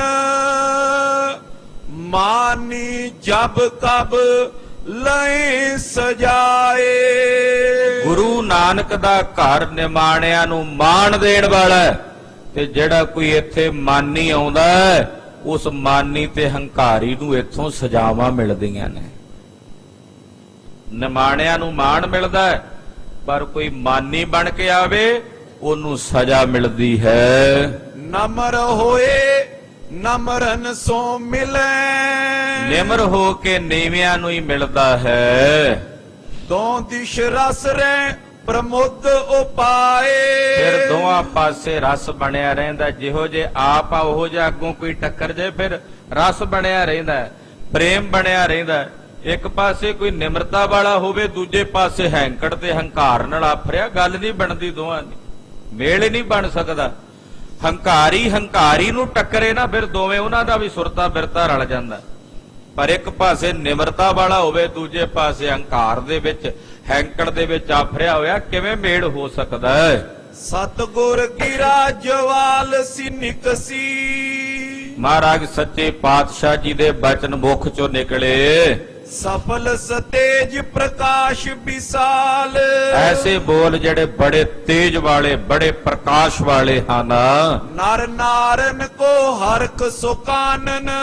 ਖਾਲਸਾ ਜੀ ਜਿੰਨੇ ਉੱਥੇ ਸਿੱਖ ਬੈਠੇ ਨਰ ਨਾਰੀਆਂ, ਉਹਨਾਂ ਦੀ ਖੁਸ਼ੀ ਏਦਾਂ ਸੀ ਜਿਵੇਂ ਜੰਗਲ ਹੋਵੇ। ਸੁਨਤ ਦਿਓ ਇੱਕ ਛਿਨ ਮੈਂ ਜਾਲ। ਤੇ ਕਹਿੰਦੇ ਜੰਗਲ ਨੂੰ ਜਿਵੇਂ ਅੱਗ ਲੱਗ ਜਾਂਦੀ, ਜੰਗਲ ਤਬਾਹ ਹੋ ਜਾਂਦਾ ਨਾ, ਏਦਾਂ ਜਦੋਂ ਮਹਾਰਾਜ ਜੀ ਦੇ ਬੋਲ ਨਿਕਲੇ, ਮਾਨੋ ਇਹਨਾਂ ਸਾਰੇ ਸਿੱਖਾਂ ਦੇ ਹਿਰਦਿਆਂ ਦੀ ਖੁਸ਼ੀ ਰੂਪੀ ਬੰਨ ਨੂੰ ਅੱਗ ਲੱਗ ਗਈ। ਇੱਕਦਮ ਸਾਰਿਆਂ ਦੇ ਮਨ ਮੁਰਝਾ ਗਏ, ਜਿਹੜੇ ਬੜੀ ਖੁਸ਼ੀ ਨਾਲ ਚਾਉ ਨਾਲ ਬੈਠੇ ਸੀ। ਰਾਤ ਕਈਆਂ ਨੂੰ ਨੀਂਦ ਨਹੀਂ ਸੀ ਆਈ ਖੁਸ਼ੀ ਨਾਲ ਕਿ ਸਵੇਰੇ ਮਹਾਰਾਜ ਜੀ ਦੀ ਸਗਾਈ ਹੋਣੀ ਹੈ। ਇੱਕਦਮ ਜਦੋਂ ਸਗਾਈ ਟੁੱਟ ਗਈ, ਤਿਲਕ ਨਿਕਲਦਿਆਂ ਰੁਕ ਗਿਆ, ਤੇ ਇੱਕਦਮ ਸਾਰਿਆਂ ਦੇ ਮਨ ਮੁਰਝਾ ਗਏ। ਹਿਰਦੇ ਬਿਸਮ ਇਹ ਭਾਈ ਕਹਾਂ ਗਤ। ਸਭ ਹੈਰਾਨ ਹੋ ਗਏ ਕਿ ਆ ਹੋ ਕੀ ਗਿਆ। ਕਿਆ ਕਰਤੇ ਕਿਆ ਵਰਤੀ ਚਾਲ। ਕਹਿੰਦੇ ਕਰਨ ਕੀ ਲੱਗੇ ਸੀ, ਵਰਤ ਕੀ ਗਿਆ, ਹੋ ਕੀ ਗਿਆ। ਕਰਨ ਕੀ ਲੱਗੇ ਸੀ, ਹੋ ਕੀ ਗਿਆ ਹੈ। ਕਮਲ ਬਾਟਿਕਾ ਹੁਤੇ ਲਗਾਵਤ। ਕਹਿੰਦੇ ਅਸੀਂ ਤਾਂ ਕਮਲ ਦੇ ਫੁੱਲਾਂ ਦੀ ਬਗੀਚੀ ਲਾ ਰਹੇ ਸੀ, ਕਮਲ ਦੇ ਫੁੱਲਾਂ ਦਾ ਬਾਗ ਲਾ ਰਹੇ ਸੀ। ਉਹਦੇ ਕੰਟਕਾ ਥਿਰੀ ਸਡਾਲ। ਕਹਿੰਦੇ ਕਮਲ ਦੇ ਫੁੱਲਾਂ ਦਾ ਬਾਗ ਲਾਂਦਿਆਂ ਅਚਾਨਕ ਆ ਕੰਡਿਆਲੇ ਦਰਖਤ ਪਤਾ ਨਹੀਂ ਕਿੱਥੋਂ ਉੱਗ ਗਏ। ਇਹ ਕੰਡਿਆਂ ਵਾਲੇ ਦਰਖਤ ਪਤਾ ਨਹੀਂ ਕਿੱਥੋਂ ਉੱਗ ਗਏ। ਭਾਵ ਖੁਸ਼ੀ ਅਸੀਂ ਮਨਾ ਰਹੇ ਸੀ, ਅਚਾਨਕ ਇਹ ਦੁੱਖ ਦਾ ਮਾਹੌਲ ਕਿਵੇਂ ਬਣ ਗਿਆ। ਉਗਵਨ ਲੱਗੀ ਆਨੰਦ ਬੇਲ। ਇਹ ਤਾਂ ਉਹ ਗੱਲ ਹੋਈ ਕਿ ਆਨੰਦ ਦੀ ਵੇਲ ਉੱਗਣ ਲੱਗੀ ਸੀ, ਵੇਲ ਉੱਗ ਕੇ ਜਾਣ ਲੱਗੀ ਸੀ। ਇਸ ਗਜ ਨੇ ਮਰਦੀ ਤਤਕਾਲ। ਤੇ ਉਸ ਆਨੰਦ ਦੀ ਵੇਲ ਨੂੰ ਕਿਸੇ ਹਾਥੀ ਨੇ ਆ ਕੇ ਫੇਹ ਕੇ ਰੱਖ ਦਿੱਤਾ, ਪੈਰਾਂ ਥੱਲੇ ਰਗੜ ਕੇ ਰੱਖ ਦਿੱਤਾ। ਕਹਿੰਦੇ ਆਨੰਦ ਦੀ ਵੇਲ ਪੈਦਾ ਹੋਣ ਲੱਗੀ ਸੀ, ਮਾਨੋ ਕਿਸੇ ਹਾਥੀ ਨੇ ਉਸ ਆਨੰਦ ਦੀ ਵੇਲ ਨੂੰ ਮਰਦ ਕੇ ਸੱਟ ਦਿੱਤਾ ਹੋਵੇ। ਸਭ ਇਸਤਰੀਆਂ ਕੋ ਭਇਓ ਭੰਗ ਮਨ। ਜਿਹੜੀਆਂ ਇਸਤਰੀਆਂ ਖੁਸ਼ੀ ਮਨਾ ਰਹੀਆਂ ਸੀ, ਉਹਨਾਂ ਦੇ ਮਨ ਵੀ ਭੰਗ ਹੋ ਗਏ, ਟੁੱਟ ਗਏ। ਤਜ ਗਾਵਨ ਚੈ ਸੁਨਿਓ ਉਤਾਲ। ਉਹ ਵੀ ਇੱਕਦਮ ਪਹਿਲਾਂ ਗਾ ਰਹੀਆਂ ਸੀ ਸੋਹਣੇ ਸੋਹਣੇ ਸ਼ਬਦ, ਵਿੱਚ ਗਾਣਾ ਛੱਡ ਕੇ ਸ਼ਹਿਨਾਈਆਂ ਰੁਕ ਗਈਆਂ, ਨਫੀਰੀਆਂ ਵੱਜਣੀਆਂ ਰੁਕ ਗਈਆਂ, ਨਗਾਰਿਆਂ ਤੇ ਚੋਭਾਂ ਲੱਗਣੀਆਂ ਇੱਕਦਮ ਬੰਦ ਹੋ ਗਈਆਂ। ਜਿੱਥੇ ਪਹਿਲਾਂ ਇੰਨੀ ਖੁਸ਼ੀ ਸੀ, ਔਰ ਸਾਰੇ ਸੁਣਨਾ ਚਾਹੁੰਦੇ ਨੇ ਵੀ ਉੱਥੇ ਕੀ ਗੱਲਾਂ ਹੋ ਰਹੀਆਂ ਨੇ, ਕੀ ਬਾਤਾਂ ਹੋ ਰਹੀਆਂ ਨੇ ਗੁਰੂ ਸਾਹਿਬ ਜੀ ਦੀ ਸਭਾ ਵਿੱਚ। ਬਾਦਤ ਬਜਤ ਥਿਰੇ ਇੱਕ ਬਾਰੀ। ਵੱਜਦੇ ਹੋਏ ਵਾਜੇ ਇੱਕਦਮ ਸਾਰੇ ਬੰਦ ਹੋ ਗਏ। ਕੋ ਬੂਜਤ ਕੋ ਭਾਖਤ ਹਾਲ। ਕੋਈ ਪੁੱਛਦਾ ਵੀ ਕੀ ਹੋਇਆ ਭਈਆ, ਕੀ ਹੋ ਗਿਆ ਜਿਹੜੇ ਅਚਾਨਕ ਹੀ ਹੈਰਾਨੀ ਨਾਲ। ਤੇ ਕੋਈ ਪੁੱਛਦਾ ਤੇ ਕੋਈ ਦੱਸਦਾ ਅੱਗੋਂ ਕਿ ਭਾਈ ਮਹਾਰਾਜ ਸੱਚੇ ਪਾਤਸ਼ਾਹ ਨੇ ਚੰਦੂ ਦੀ ਲੜਕੀ ਦਾ ਰਿਸ਼ਤਾ ਕਬੂਲ ਨਹੀਂ ਕੀਤਾ। ਉਹ ਕਹਿੰਦੇ ਕੀ ਗੱਲ ਹੋ ਗਈ, ਕਿਉਂ ਨਹੀਂ ਕੀਤਾ। ਫਿਰ ਉਹ ਕੋ ਸਾਰੀ ਗੱਲ ਦੱਸਦੇ ਵੀ ਕਿਉਂ ਨਹੀਂ ਕੀਤਾ। ਚੰਦੂ ਨੇ ਆ ਬੋਲ ਗੁਰੂ ਘਰ ਵਾਸਤੇ ਬੋਲੇ ਨੇ। ਸ਼ਾਹ ਦੀਵਾਨ ਦਰਪ ਕੋ ਔਰ ਤਰ। ਦੱਸਿਆ ਕਿ ਚੰਦੂ ਜਿਹੜਾ ਬਾਦਸ਼ਾਹ ਦਾ ਦੀਵਾਨ ਹੈ, ਉਹ ਆਪਣੇ ਧਨ ਦਾ ਹੰਕਾਰ ਕਰਕੇ ਗੁਰ ਲਗੂ ਕੈ ਨਿਜ ਬਨਿਓ ਵਿਸਾਲ। ਗੁਰੂ ਘਰ ਨੂੰ ਛੋਟਾ ਦੱਸਦਾ ਹੈ ਤੇ ਆਪਣੇ ਆਪ ਨੂੰ ਬੜਾ ਵੱਡਾ ਦੱਸਦਾ ਹੈ। ਗੁਰੂ ਘਰ ਨੂੰ ਛੋਟਾ ਤੇ ਆਪਣੇ ਆਪ ਨੂੰ ਵੱਡਾ ਦੱਸਦਾ ਹੈ। ਅਬ ਸੁਧ ਪਾਏ ਬੇਰੁਖ ਗੁਰ ਹੋਏ। ਜਦੋਂ ਗੁਰੂ ਸਾਹਿਬ ਨੂੰ ਪਤਾ ਲੱਗਾ ਤੇ ਮਹਾਰਾਜ ਸੱਚੇ ਪਾਤਸ਼ਾਹ ਜੀ ਨੇ ਸੰਗਤ ਨੇ ਬੇਨਤੀ ਕੀਤੀ ਮਹਾਰਾਜ ਫਿਰ ਇਹਦਾ ਸਾਖਤ ਦਾ ਸੰਗ ਨਹੀਂ ਕਰਨਾ ਚਾਹੀਦਾ। ਗੁਰਬਾਣੀ ਵੀ ਕਹਿੰਦੀ ਸਾਖਤ ਸੰਗ ਨਾ ਕੀਜੀਐ ਦੂਰ ਰਹਿ ਜਾਈਐ ਭਾਗ। ਸਾਖਤ ਦੀ ਸੰਗਤ ਤਾਂ ਕਰਨੀ ਨਹੀਂ ਚਾਹੀਦੀ। ਇਹੋ ਜਿਹੇ ਦੁਰਜਨ ਸਾਖਤ ਦਾ ਸੰਗ ਨਹੀਂ ਕਰਨਾ ਚਾਹੀਦਾ। ਮੈਂ ਨਾਤਾ ਤੈ ਸੁਤਾ ਮਨੰਤ, ਮਹਾਰਾਜ ਜੀ ਨੇ ਉਹਦੀ ਲੜਕੀ ਦਾ ਰਿਸ਼ਤਾ ਨਹੀਂ ਮੰਨਿਆ। ਰਹੇ ਬੈਠ ਲਾਗੀ ਚਿਤ ਚਿੰਤਾ, ਹੁਣ ਉੱਥੇ ਲਾਗੀ ਜਿਹੜੇ ਬੈਠੇ ਸੀ ਉਹ ਵੀ ਬੈਠੇ ਚਿੰਤਾ ਦੇ ਨਾਲ ਦਗਧ ਹੋ ਰਹੇ ਨੇ। ਇਮ ਕਸੂਤ ਵਰਤਿਓ ਦੁਖਵੰਤ, ਸਾਰੇ ਗੱਲਾਂ ਕਰਦੇ ਕਹਿੰਦੇ ਆਹ ਕਸੂਤ ਹੋਇਆ, ਆਹ ਬੁਰਾ ਕੰਮ ਹੋਇਆ। ਬਿਸਮੇ ਨਰ ਨਾਰੀ ਤਜ ਹਰਖਨ, ਸਾਰੇ ਨਰ ਨਾਰੀਆਂ ਇੱਕਦਮ ਹੈਰਾਨ ਹੋ ਗਏ। ਚੰਦੂ ਕੋ ਸਭ ਖੋਟ ਪਨੰਤ, ਸਾਰੇ ਚੰਦੂ ਦੀ ਖੋਟ ਵਰਣਨ ਕਰਦੇ ਹਨ। ਕਰਨ ਕਾਰਨ ਗੁਰੂ ਸਮਰਥੰਗ, ਔਰ ਕਹਿੰਦੇ ਸਤਿਗੁਰੂ ਜੀ ਕਾਰਨ ਕਾਰਨ ਸਮਰੱਥ ਹਨ। ਇਨ ਕੀ ਸਮਤਾ ਕੂ ਤੋ ਚਾਹੰਤ, ਕਹਿੰਦੇ ਵੇਖੋ ਪਾਪੀ ਇਹਨਾਂ ਦੀ ਬਰਾਬਰੀ ਕਰਨਾ ਚਾਹੁੰਦਾ ਫਿਰ ਆਪ ਹੈ ਹੀ ਕੀ ਉਹ। ਤੇ ਸਤਿਗੁਰੂ ਜੀ ਦਾ ਦਰ ਘਰ ਕਿੱਡਾ ਉੱਚਾ, ਤੇ ਉਹ ਆਪਣੇ ਆਪ ਨੂੰ ਉੱਚਾ ਬਣਦਾ, ਉਹ ਕੀ ਬਰਾਬਰੀ ਕਰੇਗਾ ਸਤਿਗੁਰਾਂ ਦੇ ਦਰ ਘਰ ਦੀ। ਗਰਭ ਕਹਾ ਇਨ ਆਗੇ ਤਿਸ ਕੋ, ਉਹਦਾ ਹੰਕਾਰ ਸਤਿਗੁਰਾਂ ਦੇ ਸਾਹਮਣੇ ਹੈ ਹੀ ਕੀ ਹੈ। ਕੀ ਮਾਇਨੇ ਰੱਖਦਾ ਚੰਦੂ ਦਾ ਹੰਕਾਰ ਗੁਰੂ ਪਾਤਸ਼ਾਹ ਦੇ ਸਾਹਮਣੇ। ਕਹੇ ਬਾਕ ਸੁਖ ਦੁਖ ਨਰ ਪਾਏ, ਔਰ ਗੁਰੂ ਸਾਹਿਬ ਜੀ ਤਾਂ ਬਚਨ ਹੀ ਕਰ ਦੇਣ ਤੇ ਬਚਨਾਂ ਨਾਲ ਹੀ ਕਈਆਂ ਨੂੰ ਸੁਖ, ਤੇ ਜੇ ਬਚਨ ਹੀ ਕਰ ਦੇਣ ਤੇ ਕਈ ਉਹਨਾਂ ਦੇ ਨਾਲ ਦੁੱਖ ਵੀ ਪ੍ਰਾਪਤ ਕਰ ਲਈਦੇ। ਇਹਨਾਂ ਦੇ ਬਚਨਾਂ ਨਾਲ ਦੁਖੀ ਸੁਖੀ ਤੇ ਸੁਖੀ ਦੁਖੀ ਵੀ ਹੋ ਜਾਂਦੇ ਨੇ। ਭਾਵ ਜੇ ਚਾਹਣ ਤਾਂ ਰਾਜੇ ਨੂੰ ਰੰਕ ਤੇ ਰੰਕ ਨੂੰ ਰਾਜਾ ਵੀ ਬਣਾ ਦਿੰਦੇ ਨੇ। ਪਾਤਸ਼ਾਹ ਕੋ ਰੰਕ ਕਰੇ, ਇੱਕੋ ਬਚਨ ਨਾਲ ਪਾਤਸ਼ਾਹਾਂ ਨੂੰ ਭਿਖਾਰੀ ਬਣਾ ਦਿੰਦੇ ਹਨ। ਰੰਕ ਸ਼ਾਹ ਕੀ ਪਦਵੀ ਪਾਏ, ਔਰ ਜਿਹੜੇ ਰੰਕ ਤੇ ਭਿਖਾਰੀ ਨੇ ਇਹਨਾਂ ਦੇ ਬਚਨਾਂ ਨਾਲ ਪਾਤਸ਼ਾਹ ਬਣ ਜਾਂਦੇ ਨੇ। ਰਾਉ ਰੰਕ ਕਰ ਡਾਰੈ, ਚਾਹਣ ਤਾਂ ਰਾਜੇ ਨੂੰ ਰੰਕ ਬਣਾ ਕੇ ਰੱਖ ਦੇਣ। ਨਦਰ ਉਪੱਠੀ ਜੇ ਕਰੇ ਸੁਲਤਾਨਾ ਕਾਹੋ ਕਰਾਏਂਦਾ, ਦਰ ਮੰਗਣ ਭੇਖ ਨਾ ਪਾਏਂਦਾ। ਜੇ ਚਾਹਣ ਤਾਂ ਰਾਜਿਆਂ ਨੂੰ ਰੰਕ ਬਣਾਉਂਦਿਆਂ ਦੇਰੀ ਨਹੀਂ ਲਾਉਂਦੇ। ਅਜਮਤ ਅਜਰ ਜਰੀ ਔਰ ਅੰਤਰ, ਇਹ ਬੇਅੰਤ ਵੱਡੀ ਅਜਮਤ ਦੇ ਧਾਰਨੀ, ਕਲਾ ਦੇ ਧਾਰਨੀ, ਫਿਰ ਵੀ ਉਹਨੂੰ ਆਪਣੇ ਹਿਰਦੇ 'ਚ ਜਰ ਕੇ ਰੱਖਦੇ ਨੇ। ਨੈ ਕਾਉ ਸੋ ਕਰੇ ਲਖਾਏ, ਆਪਣੇ ਅੰਦਰ ਦੀ ਇਸ ਕਲਾ ਨੂੰ ਮਹਾਰਾਜ ਜੀ ਕਿਤੇ ਵੀ ਪ੍ਰਗਟ ਕਰਕੇ ਵਿਖਾਉਂਦੇ ਨਹੀਂ, ਜ਼ਾਹਰ ਨਹੀਂ ਕਰਦੇ। ਜਿਨ ਕੋ ਸੇਵਕ ਸਕਲ ਸ਼ਕਤ ਜੁਤ, ਜਿਨ੍ਹਾਂ ਦੀ ਸੇਵਾ ਸਾਰੀਆਂ ਰਿੱਧੀਆਂ ਸਿੱਧੀਆਂ ਸ਼ਕਤੀਆਂ ਵਾਲੇ ਲੋਕ ਕਰਦੇ ਹਨ। ਜਿਮ ਚਾਹੇ ਤਿਮ ਲੇਤ ਬਣਾਏ, ਸਤਿਗੁਰੂ ਜੀ ਜਿਵੇਂ ਚਾਹਣ ਉਸੇ ਤਰ੍ਹਾਂ ਬਣਾ ਲੈਂਦੇ ਹਨ, ਕਰ ਲੈਂਦੇ ਹਨ। ਸ਼੍ਰੀ ਨਾਨਕ ਕੋ ਮਹਾ ਪ੍ਰਤਾਪ ਜੋ, ਧੰਨ ਗੁਰੂ ਨਾਨਕ ਦੇਵ ਸਾਹਿਬ ਸੱਚੇ ਪਾਤਸ਼ਾਹ ਜੀ ਦੇ ਘਰ ਦਾ ਜਿਹੜਾ ਮਹਾਨ ਤੇਜ ਪ੍ਰਤਾਪ ਹੈ। ਸੂਰਜ ਸਮ ਜਗ ਵਿਦਿਤ ਪ੍ਰਕਾਸ਼, ਉਹ ਸਾਰੇ ਸੰਸਾਰ ਵਿੱਚ ਸੂਰਜ ਵਾਂਗੂ ਪ੍ਰਕਾਸ਼ ਕਰਦਾ ਹੈ। ਸੂਰਜ ਵਾਂਗੂ ਉਹਦਾ ਸਾਰੇ ਜਗਤ ਵਿੱਚ ਪ੍ਰਕਾਸ਼ ਹੈ। ਚੰਦੂ ਪੇਚਕ ਸੋਨੇ ਜਾਣਿਓ, ਪਰ ਚੰਦੂ ਹੈ ਉੱਲੂ। ਉੱਲੂ ਨੂੰ ਜਿਵੇਂ ਸੂਰਜ ਦਾ ਪ੍ਰਕਾਸ਼ ਨਹੀਂ ਦਿੰਦਾ, ਏਦਾਂ ਚੰਦੂ ਨੂੰ ਸਤਿਗੁਰਾਂ ਦੇ ਘਰ ਦਾ ਪ੍ਰਕਾਸ਼ ਨਹੀਂ ਦਿਸਿਆ। ਗੁਰੂ ਨਾਨਕ ਦੇ ਘਰ ਦਾ ਪ੍ਰਤਾਪ ਉਹਨੂੰ ਨਜ਼ਰ ਨਹੀਂ ਆਇਆ, ਉੱਲੂ ਹੀ ਰਿਹਾ। ਬੁੱਧ ਬਿਲੋਚਨ ਮੰਦ ਮਹਾਸੋ, ਜਿਹਦੇ ਬੁੱਧੀ ਰੂਪੀ ਨੇਤਰ ਮਹਾਮੰਦ ਨੇ ਕਿ ਮਹਾਰਾਜ ਜੀ ਦਾ ਪ੍ਰਤਾਪ ਨਹੀਂ ਵੇਖ ਸਕਿਆ। ਨਿਸਮੈ ਚਮਕ ਜੀਗਨਾ ਜੈਸੇ, ਆ ਜਿਵੇਂ ਰਾਤ ਨੂੰ ਇੱਕ ਪਟ ਬੀਜਣਾ ਹੁੰਦਾ ਨਾ, ਜਿਹਨੂੰ ਜੁਗਨੂ ਕਹਿ ਦਿੰਦੇ ਆ, ਟਟਹਿਣਾ ਕਹਿੰਦੇ, ਜਿਵੇਂ ਰਾਤ ਦੇ ਹਨੇਰੇ 'ਚ ਉਹ ਚਮਕਦਾ ਹੈ। ਰਬ ਕੋ ਨਿੰਦੈ ਧਰੇ ਹੁਲਾਸ, ਉਹ ਕਹਿੰਦਾ ਮੈਂ ਹੀ ਸੂਰਜ ਹਾਂ, ਮੇਰੇ ਤੋਂ ਵੱਧ ਰੋਸ਼ਨੀ ਸੂਰਜ ਦੀ ਥੋੜੀ ਹੋ ਸਕਦੀ ਹੈ। ਉਹਨੂੰ ਬੜਾ ਮਾਣ ਹੁੰਦਾ ਆਪਣੀ ਰੋਸ਼ਨੀ ਤੇ। ਉਹ ਕਹਿੰਦਾ ਮੇਰੇ ਤੋਂ ਵੱਧ ਰੋਸ਼ਨੀ ਭਲਾ ਕਿਹਨੂੰ ਹੋ ਸਕਦੀ ਹੈ, ਕਿਹਦੇ ਸੂਰਜ ਵਿੱਚ ਹੋ ਸਕਦੀ ਹੈ, ਮੈਂ ਹੀ ਸੂਰਜ ਹਾਂ। ਤੈਸੇ ਜਾਨ ਪਰੇ ਸੋ ਮੂਰਖ, ਕਹਿੰਦੇ ਚੰਦੂ ਦੀ ਹਾਲਤ ਵੀ ਉਹੀ ਪੱਟ ਬੀਜਣੇ ਜੁਗਨੂ ਵਾਂਗੂ ਹੈ। ਸਤਿਗੁਰੂ ਜੀ ਸੂਰਜ ਦਾ ਪ੍ਰਕਾਸ਼ ਨੇ, ਔਰ ਉਹ ਮਹਾਰਾਜ ਜੀ ਦੀ ਬਰਾਬਰੀ ਕਰਨ ਟੁਰਿਆ। ਜਿਵੇਂ ਸਿਆਣਿਆਂ ਦੀ ਕਹਾਵਤ ਆ, ਕਹਿੰਦੇ ਗੋ ਵੀ ਮੱਕੇ ਨੂੰ ਟੁਰੀ ਹੋਈ ਆ।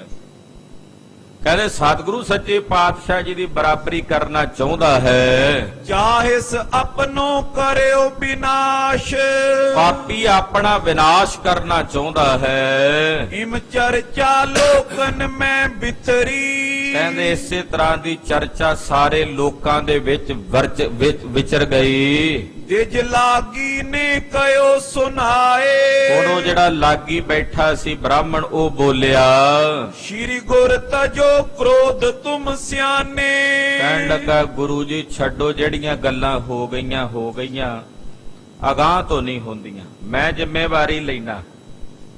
ਮਹਾਰਾਜ ਜੀ ਨੂੰ ਕਹਿ ਰਹੇ ਵੀ ਅੱਗੇ ਤੋਂ ਨਹੀਂ ਹੁੰਦੀਆਂ, ਜੋ ਪਹਿਲਾਂ ਹੋ ਗਈਆਂ ਸੋ ਹੋ ਗਈਆਂ, ਆਪ ਜੀ ਆਪਣਾ ਰੋਸ ਛੱਡ ਦਿਓ। ਜਿਸ ਕੀ ਸੁਤਾ ਆਪ ਕੇ ਆਏ, ਤੇ ਚੰਦੂ ਦੀ ਲੜਕੀ ਤੁਹਾਡੇ ਘਰ ਚ ਆ ਜਾਏਗੀ, ਤੁਹਾਡੇ ਪੁੱਤਰ ਨਾਲ ਪਰਣਾ ਕੇ। ਕਹਾਂ ਹੰਕਾਰ ਕਰੇਗੋ ਤੁਮ ਸੋ, ਉਹ ਹੁਣ ਫਿਰ ਤੁਹਾਡੇ ਨਾਲ ਕੀ ਹੰਕਾਰ ਕਰੇਗਾ? ਜਿਹਦੀ ਧੀ ਤੁਹਾਡੇ ਘਰ ਆ ਗਈ, ਉਹ ਤੁਹਾਡੇ ਨਾਲ ਕੀ ਹੈਂਕੜ ਕਰੇਗਾ? ਕਰ ਜੋਰੇ ਅਰ ਸੀਸ ਨਿਵਾਏ, ਉਹ ਤਾਂ ਬਲਕਿ ਤੁਹਾਡੇ ਅੱਗੇ ਹੱਥ ਜੋੜੇਗਾ, ਨਾਲੇ ਤੁਹਾਨੂੰ ਸੀਸ ਝੁਕਾਵੇਗਾ। ਛਿਮਾ ਕਰਾਵੇ ਉੱਚੇ ਜਾਣੇ, ਤੁਹਾਨੂੰ ਉੱਚੇ ਜਾਣ ਕੇ ਆਪਣੀਆਂ ਗਲਤੀਆਂ ਤੁਹਾਡੇ ਕੋਲੋਂ ਛਿਮਾ ਕਰਾਵੇਗਾ। ਪਿਤਾ ਸੁਤਾ ਕੋ ਇਮ ਬਨ ਆਏ, ਔਰ ਪਿਤਾ ਤੇ ਲੜਕੀ ਦੋਵੇਂ ਤੁਹਾਡੇ ਘਰ ਦੇ ਦਾਸ ਬਣ ਕੇ ਰਹਿਣਗੇ। ਕਿਤੋਂ ਵੱਡਾ ਹੋਏ ਤਨੀਆਂ ਪਿਤ ਜੋ, ਜਿੱਡਾ ਵੱਡਾ ਮਰਜੀ ਕਿਸੇ ਲੜਕੀ ਦਾ ਪਿਤਾ ਹੋਵੇ, ਉਹਨੂੰ ਆਖਰਕਾਰ ਝੁਕਣਾ ਪੈਂਦਾ ਹੈ। ਨਮਰ ਹੋ ਨਹੀਂ ਜਦ ਕਦ ਜਾਨ, ਉਹਨੂੰ ਨੀਵਾਂ ਹੀ ਰੱਖਣਾ ਪੈਂਦਾ ਆਪਣਾ ਸਿਰ। ਨਰ ਰੰਕਨ ਕੇ ਕਏ ਨਾ ਹਟਿਏ, ਤੁਸੀਂ ਆ ਲੋਕਾਂ ਦੇ ਆਖੇ ਲੱਗ ਕੇ ਕਿਉਂ ਪਿੱਛੇ ਹਟਦੇ ਹੋ? ਨਾਤਾ ਲਿਓ ਬੜੇ ਸੋ ਥਾਨ, ਉਹ ਏਡੀ ਵੱਡੀ ਥਾਂ ਤੇ ਹੈ ਚੰਦੂ, ਉਹਦੀ ਲੜਕੀ ਦਾ ਨਾਤਾ ਲੈ ਲਓ ਗੁਰੂ ਜੀ। ਲక్ష్ਮੀ ਆਏ ਕੀ ਵਾਰ ਨ ਦੀਜੈ, ਤੁਹਾਡੇ ਘਰ ਲక్ష్ਮੀ ਆ ਰਹੀ, ਤੁਸੀਂ ਦਰਵਾਜ਼ਾ ਨਾ ਬੰਦ ਕਰੋ ਗੁਰੂ ਜੀ। ਅੱਗੋਂ ਲਾਗੀ ਕਹਿੰਦੇ, ਲక్ష్ਮੀ ਆ ਰਹੀ ਹੈ, ਤੁਹਾਡੇ ਘਰ ਦਰਵਾਜ਼ਾ ਨਾ ਭੇੜੋ। ਹਿਰਦੇ ਆਨੰਦ ਧਰ ਲਿਓ ਸਨਮਾਨ, ਆਨੰਦ ਧਾਰਨ ਕਰਕੇ ਸਨਮਾਨ ਨਾਲ ਉਸ ਲక్ష్ਮੀ ਨੂੰ ਲਵੋ। ਸ਼ਾਹ ਦੀਵਾਨ ਮਹਾਨ ਤਨੀ ਸੋ, ਲక్ష్ਮੀ ਕਿਹੜੀ ਹੈ? ਚੰਦੂ ਏਡਾ ਵੱਡਾ ਧਨਵਾਨ ਸ਼ਾਹੂਕਾਰ, ਇੱਕੋ ਇੱਕ ਉਹਦੀ ਲੜਕੀ ਹੈ, ਧਨ ਉਹਦੇ ਕੋਲ ਬਹੁਤ ਹੈ, ਉਹਨੇ ਸਾਰਾ ਕੁਝ ਤੁਹਾਡੇ ਚਰਨਾਂ ਵਿੱਚ ਭੇਟ ਕਰਨਾ ਹੈ। ਉੱਤਮ ਜਾਤ ਇਤੇ ਗੁਣਮਾਨ, ਨਾਲੇ ਉੱਤਮ ਜਾਤੀ ਵਾਲਾ ਇੰਨਾ ਗੁਣਵਾਨ ਹੈ। ਸ਼੍ਰੀ ਅਰਜਨ ਕੈ ਤਿਸ ਕੇ ਧਨ ਤੇ ਧੰਨ ਗੁਰੂ ਅਰਜਨ ਦੇਵ ਸਾਹਿਬ ਜੀ ਅੱਗੋਂ ਬੋਲੇ, ਕਹਿਣ ਲੱਗੇ, ਪੰਡਤ ਜੀ ਚੰਦੂ ਦੇ ਧਨ ਨਾਲੋਂ ਹਮਨੇ ਧਨੀ ਬਨੇ ਕਿਸ ਪਾਏ, ਚੰਦੂ ਦੇ ਦਿੱਤੇ ਧਨ ਨਾਲ ਅਸੀਂ ਧਨੀ ਨਹੀਂ ਬਣਨਾ ਚਾਹੁੰਦੇ। ਆ ਹੱਥ ਜੋੜੇ, ਉਹਦੇ ਧਨ ਨਾਲ ਅਸੀਂ ਧਨੀ ਨਹੀਂ ਬਣਨਾ ਚਾਹੁੰਦੇ, ਜਿਹੜਾ ਪਾਪ ਕਰਕੇ ਇਕੱਠਾ ਕੀਤਾ ਹੋਇਆ। ਇਹ ਕਹਿੰਦਾ ਨਾ, ਲక్ష్ਮੀ ਆ ਰਹੀ, ਤੁਸੀਂ ਦਰਵਾਜ਼ਾ ਕਿਉਂ ਬੰਦ ਕਰਦੇ? ਜਿਹੜਾ ਵੱਡਾ ਘਰ ਹੈ ਚੰਦੂ ਦਾ। ਮਹਾਰਾਜ ਕਹਿੰਦੇ, ਉਹਦੇ ਧਨ ਨਾਲ ਅਸੀਂ ਧਨੀ ਨਹੀਂ ਬਣਨਾ। ਚੰਦੂ ਕੇ ਸਮ ਹੋਏ ਸੋ ਲਹਿ, ਜਿਹੜਾ ਚੰਦੂ ਵਰਗਾ ਹੋਵੇਗਾ ਉਹ ਆਪੇ ਚੰਦੂ ਕੋਲੋਂ ਲੈ ਲਵੇਗਾ। ਖੋਜੋ ਜਗ ਮੈਂ ਦਿਓ ਪਠਾਏ, ਜਾਓ ਤੁਸੀਂ ਜਾ ਕੇ ਖੋਜੋ, ਲੱਭੋ ਚੰਦੂ ਵਰਗਾ ਕੋਈ ਰਿਸ਼ਤੇਦਾਰ। ਹਮੇ ਗਰੀਬ ਆਨ ਕੋ ਮਿਲੇ, ਸਾਨੂੰ ਤਾਂ ਕੋਈ ਆਪੇ ਗਰੀਬ ਸਿੱਖ ਆਪੇ ਹੀ ਆ ਮਿਲੇਗਾ। ਸਾਨੂੰ ਕੋਈ ਗਰੀਬ ਸਿੱਖ ਆਪੇ ਹੀ ਆ ਮਿਲੇਗਾ। ਜਿਸ ਮੈਂ ਹੋਏ ਨਾ ਗਰਭ ਬਲਾਏ, ਜਿਹਦੇ ਚ ਹੰਕਾਰ ਰੂਪੀ ਬਲਾ ਨਹੀਂ ਹੋਵੇਗੀ। ਮਿਲ ਸੁਖ ਪਾਵੇ ਨਿਤ ਹਰ ਖਾਵੇ, ਉਹਦੇ ਨਾਲ ਮਿਲ ਕੇ ਅਸੀਂ ਸੁਖ ਪਾਵਾਂਗੇ, ਨਿਤ ਖੁਸ਼ੀ ਮਨਾਵਾਂਗੇ। ਜੈ ਹੰਕਾਰ ਨਹੀਂ ਦੁਖ ਦਾਏ, ਔਰ ਹੰਕਾਰ ਜਿਹਦੇ ਚ ਨਾ ਹੋਵੇਗਾ ਦੁੱਖ ਦੇਣ ਵਾਲਾ। ਹੰਕਾਰੀਆਂ ਨਿੰਦਕਾਂ ਪਿੱਠ ਦੇ, ਨਾਮ ਦਿਓ ਮੁਖ ਲਾਇਆ। ਮਹਾਰਾਜ ਸੱਚੇ ਪਾਤਸ਼ਾਹ ਕਹਿੰਦੇ, ਕੋਈ ਇਹੋ ਜਿਹਾ ਨਿਮਾਣਾ ਆਵੇਗਾ ਸਿੱਖ ਜਿਹਦੇ ਅੰਦਰ ਹੰਕਾਰ ਨਾ ਹੋਵੇਗਾ, ਉਹ ਸਾਨੂੰ ਆਪੇ ਹੀ ਆ ਮਿਲੇਗਾ। ਖਾਲਸਾ ਜੀ, ਸਤਿਗੁਰੂ ਜੀ ਜਾਣਦੇ ਸਨ ਕਿ ਜੇ ਸੰਗਤ ਦੇ ਕਹਿਣ ਤੇ ਅਸੀਂ ਚੰਦੂ ਦੀ ਲੜਕੀ ਦਾ ਰਿਸ਼ਤਾ ਮੋੜ ਰਹੇ ਹਾਂ ਤੇ ਇਹਦਾ ਖਮਿਆਜਾ ਕੀ ਭੁਗਤਣਾ ਪਏਗਾ। ਇਹ ਜਾਣਦੇ ਸਨ ਕਿ ਚੰਦੂ ਕੋਈ ਛੋਟੇ ਰੁਤਬੇ ਵਾਲਾ ਨਹੀਂ, ਬਾਦਸ਼ਾਹ ਦਾ ਦੀਵਾਨ ਹੈ, ਕੁਝ ਵੀ ਕਰ ਸਕਦਾ ਹੈ। ਪਰ ਗੁਰਦੇਵ ਜਿਹੜੇ ਲੋਕ ਹਿਰਦਿਆਂ ਕਰਕੇ ਮਰੇ ਹੋਏ ਸਨ, ਜਿਹੜੀ ਪ੍ਰਜਾ ਮਰ ਮਿਟੀ ਸੀ, ਉਹਨੂੰ ਅਸਲ ਵਿੱਚ ਅਸੂਲ ਪ੍ਰਸਤੀ ਸਿਖਾਉਣ ਵਾਸਤੇ ਉਹਨਾਂ ਅੰਦਰ ਇੱਕ ਪ੍ਰਕਾਰ ਦੀ ਕ੍ਰਾਂਤੀ ਕਿ ਬੁਰਾਈ ਦੇ ਖਿਲਾਫ ਤੁਹਾਨੂੰ ਆਵਾਜ਼ ਉਠਾਣੀ ਚਾਹੀਦੀ ਹੈ। ਉਹ ਬੁਰਾਈ ਜਿਹੜਾ ਵੱਡਾ ਮਰਜ਼ੀ ਤਾਕਤਵਰ ਬੰਦਾ ਕਰਦਾ ਹੋਵੇ ਤੇ ਤਾਂ ਵੀ ਤੁਹਾਨੂੰ ਉਹਦੇ ਖਿਲਾਫ ਬੋਲਣਾ ਚਾਹੀਦਾ ਹੈ। ਇਹ ਸੰਕੇਤ, ਇਹ ਜਾਚ ਗੁਰੂ ਅਰਜਨ ਦੇਵ ਸਾਹਿਬ ਸਿਖਾ ਰਹੇ ਨੇ। ਮਰ ਮਿਟੀ ਪ੍ਰਜਾ ਦੇ ਅੰਦਰ ਅਸੂਲ ਪ੍ਰਸਤੀ ਉਹ ਮਹਾਰਾਜ ਜੀ ਸਿਖਾ ਰਹੇ ਨੇ। ਜਾਣਦੇ ਸਨ ਕਿ ਸਾਨੂੰ ਇਹਦਾ ਖਮਿਆਜਾ ਭੁਗਤਣਾ ਪੈਣਾ, ਚੰਦੂ ਨੇ ਸਾਡਾ ਦੋਖੀ ਬਣਨਾ ਹੈ, ਪਰ ਫਿਰ ਵੀ ਪਾਤਸ਼ਾਹ ਨੇ ਲੋਕਾਂ ਅੰਦਰ ਇੱਕ ਜਾਗਰਤੀ ਪੈਦਾ ਕਰਨ ਵਾਸਤੇ, ਕ੍ਰਾਂਤੀ ਪੈਦਾ ਕਰਨ ਵਾਸਤੇ ਐਸਾ ਕੀਤਾ। ਦੋਹਰਾ ਸਤਿਗੁਰ ਕੋ ਰੁਖ ਦੇਖ ਕੇ ਸਭ ਸੰਗਤ ਪਾਈ ਮੌਨ। ਸਤਿਗੁਰਾਂ ਦਾ ਰੁਖ ਵੇਖ ਕੇ ਸਾਰੀ ਸੰਗਤ ਚੁੱਪ ਕਰ ਗਈ। ਸਾਕਤ ਸੁਤਾ ਨ ਲਏਂਗੇ ਨੈ ਸ਼ਰਦਾ ਗੁਰ ਪੌਨ। ਸੰਗਤ ਸਮਝ ਗਈ ਕਿ ਸਾਖਤ ਦਾ ਸੰਗ ਗੁਰਦੇਵ ਨੇ ਨਹੀਂ ਕਰਨਾ, ਸਾਖਤ ਨਾਲ ਸੰਬੰਧ ਗੁਰਦੇਵ ਨੇ ਨਹੀਂ ਜੋੜਨਾ। ਜਿਹੜਾ ਸਾਖਤ ਚੰਦੂ ਗੁਰੂ ਘਰ ਦੀ ਮਹਿਮਾ ਨਹੀਂ ਜਾਣਦਾ। ਸੰਗਤ ਚੁੱਪ ਕਰਕੇ ਬੈਠੀ ਹੈ, ਉਹ ਲਾਗੀ ਵੀ ਚੁੱਪ ਕਰਕੇ ਬੈਠੇ ਹੈ। ਸਭ ਦੇ ਮਨ ਟੱਠੇ ਹੋਏ ਨੇ, ਸਭ ਦੇ ਮਨ 'ਚ ਇੱਕਦਮ ਦੁੱਖ ਦੀ ਕਲਾ ਵਰਤ ਗਈ ਹੈ। ਸਾਜ਼ ਬੰਦ ਪਏ ਨੇ। ਉਸ ਵਕਤ ਜਦੋਂ ਰਿਸ਼ਤਾ ਮੋੜ ਦਿੱਤਾ, ਲਾਗੀਆਂ ਨੂੰ ਕਹਿ ਦਿੱਤਾ ਇਹ ਨਹੀਂ ਹੋ ਸਕਦਾ, ਸਾਡਾ ਫੈਸਲਾ, ਸਾਡੀ ਸੰਗਤ ਦਾ ਫੈਸਲਾ ਹੈ, ਇਹ ਸਾਡਾ ਫੈਸਲਾ ਨਹੀਂ, ਸੰਗਤ ਦਾ ਫੈਸਲਾ ਹੈ, ਤੇ ਸੰਗਤ ਦਾ ਫੈਸਲਾ ਮੈਨੂੰ ਪ੍ਰਵਾਨ ਹੈ। ਵਿੱਚ ਸੰਗਤ ਹਰ ਪ੍ਰਭ ਵਸੈ ਜੀਓ। ਤੋ ਗੁਰਦੇਵ ਪਾਤਸ਼ਾਹ ਜੀ ਜਿਵੇਂ ਬੈਠੇ ਐ, ਅੱਗੇ ਜਿਵੇਂ ਗੁਰੂ ਘਰ ਦੀ ਕਲਾ ਵਰਤੀ, ਇੱਕਦਮ ਫੇਰ ਖੁਸ਼ੀਆਂ ਪੈਦਾ ਹੋਈਆਂ, ਇੱਕਦਮ ਫੇਰ ਖੁਸ਼ੀਆਂ ਦੀਆਂ ਲਹਿਰਾਂ ਦੌੜ ਪਈਆਂ। ਉਹ ਕਥਾ ਆਪ ਦੀ ਅਗਲਿਆਂ ਪ੍ਰਸੰਗਾਂ 'ਚ ਸਰਵਣ ਕਰੋਗੇ। ਗੁਰੂ ਜਸ ਕਥਨ ਕਰਦਿਆਂ ਹੋਈਆਂ ਭੁੱਲਾਂ ਚੁੱਕਾਂ ਦੀ ਖਿਮਾ।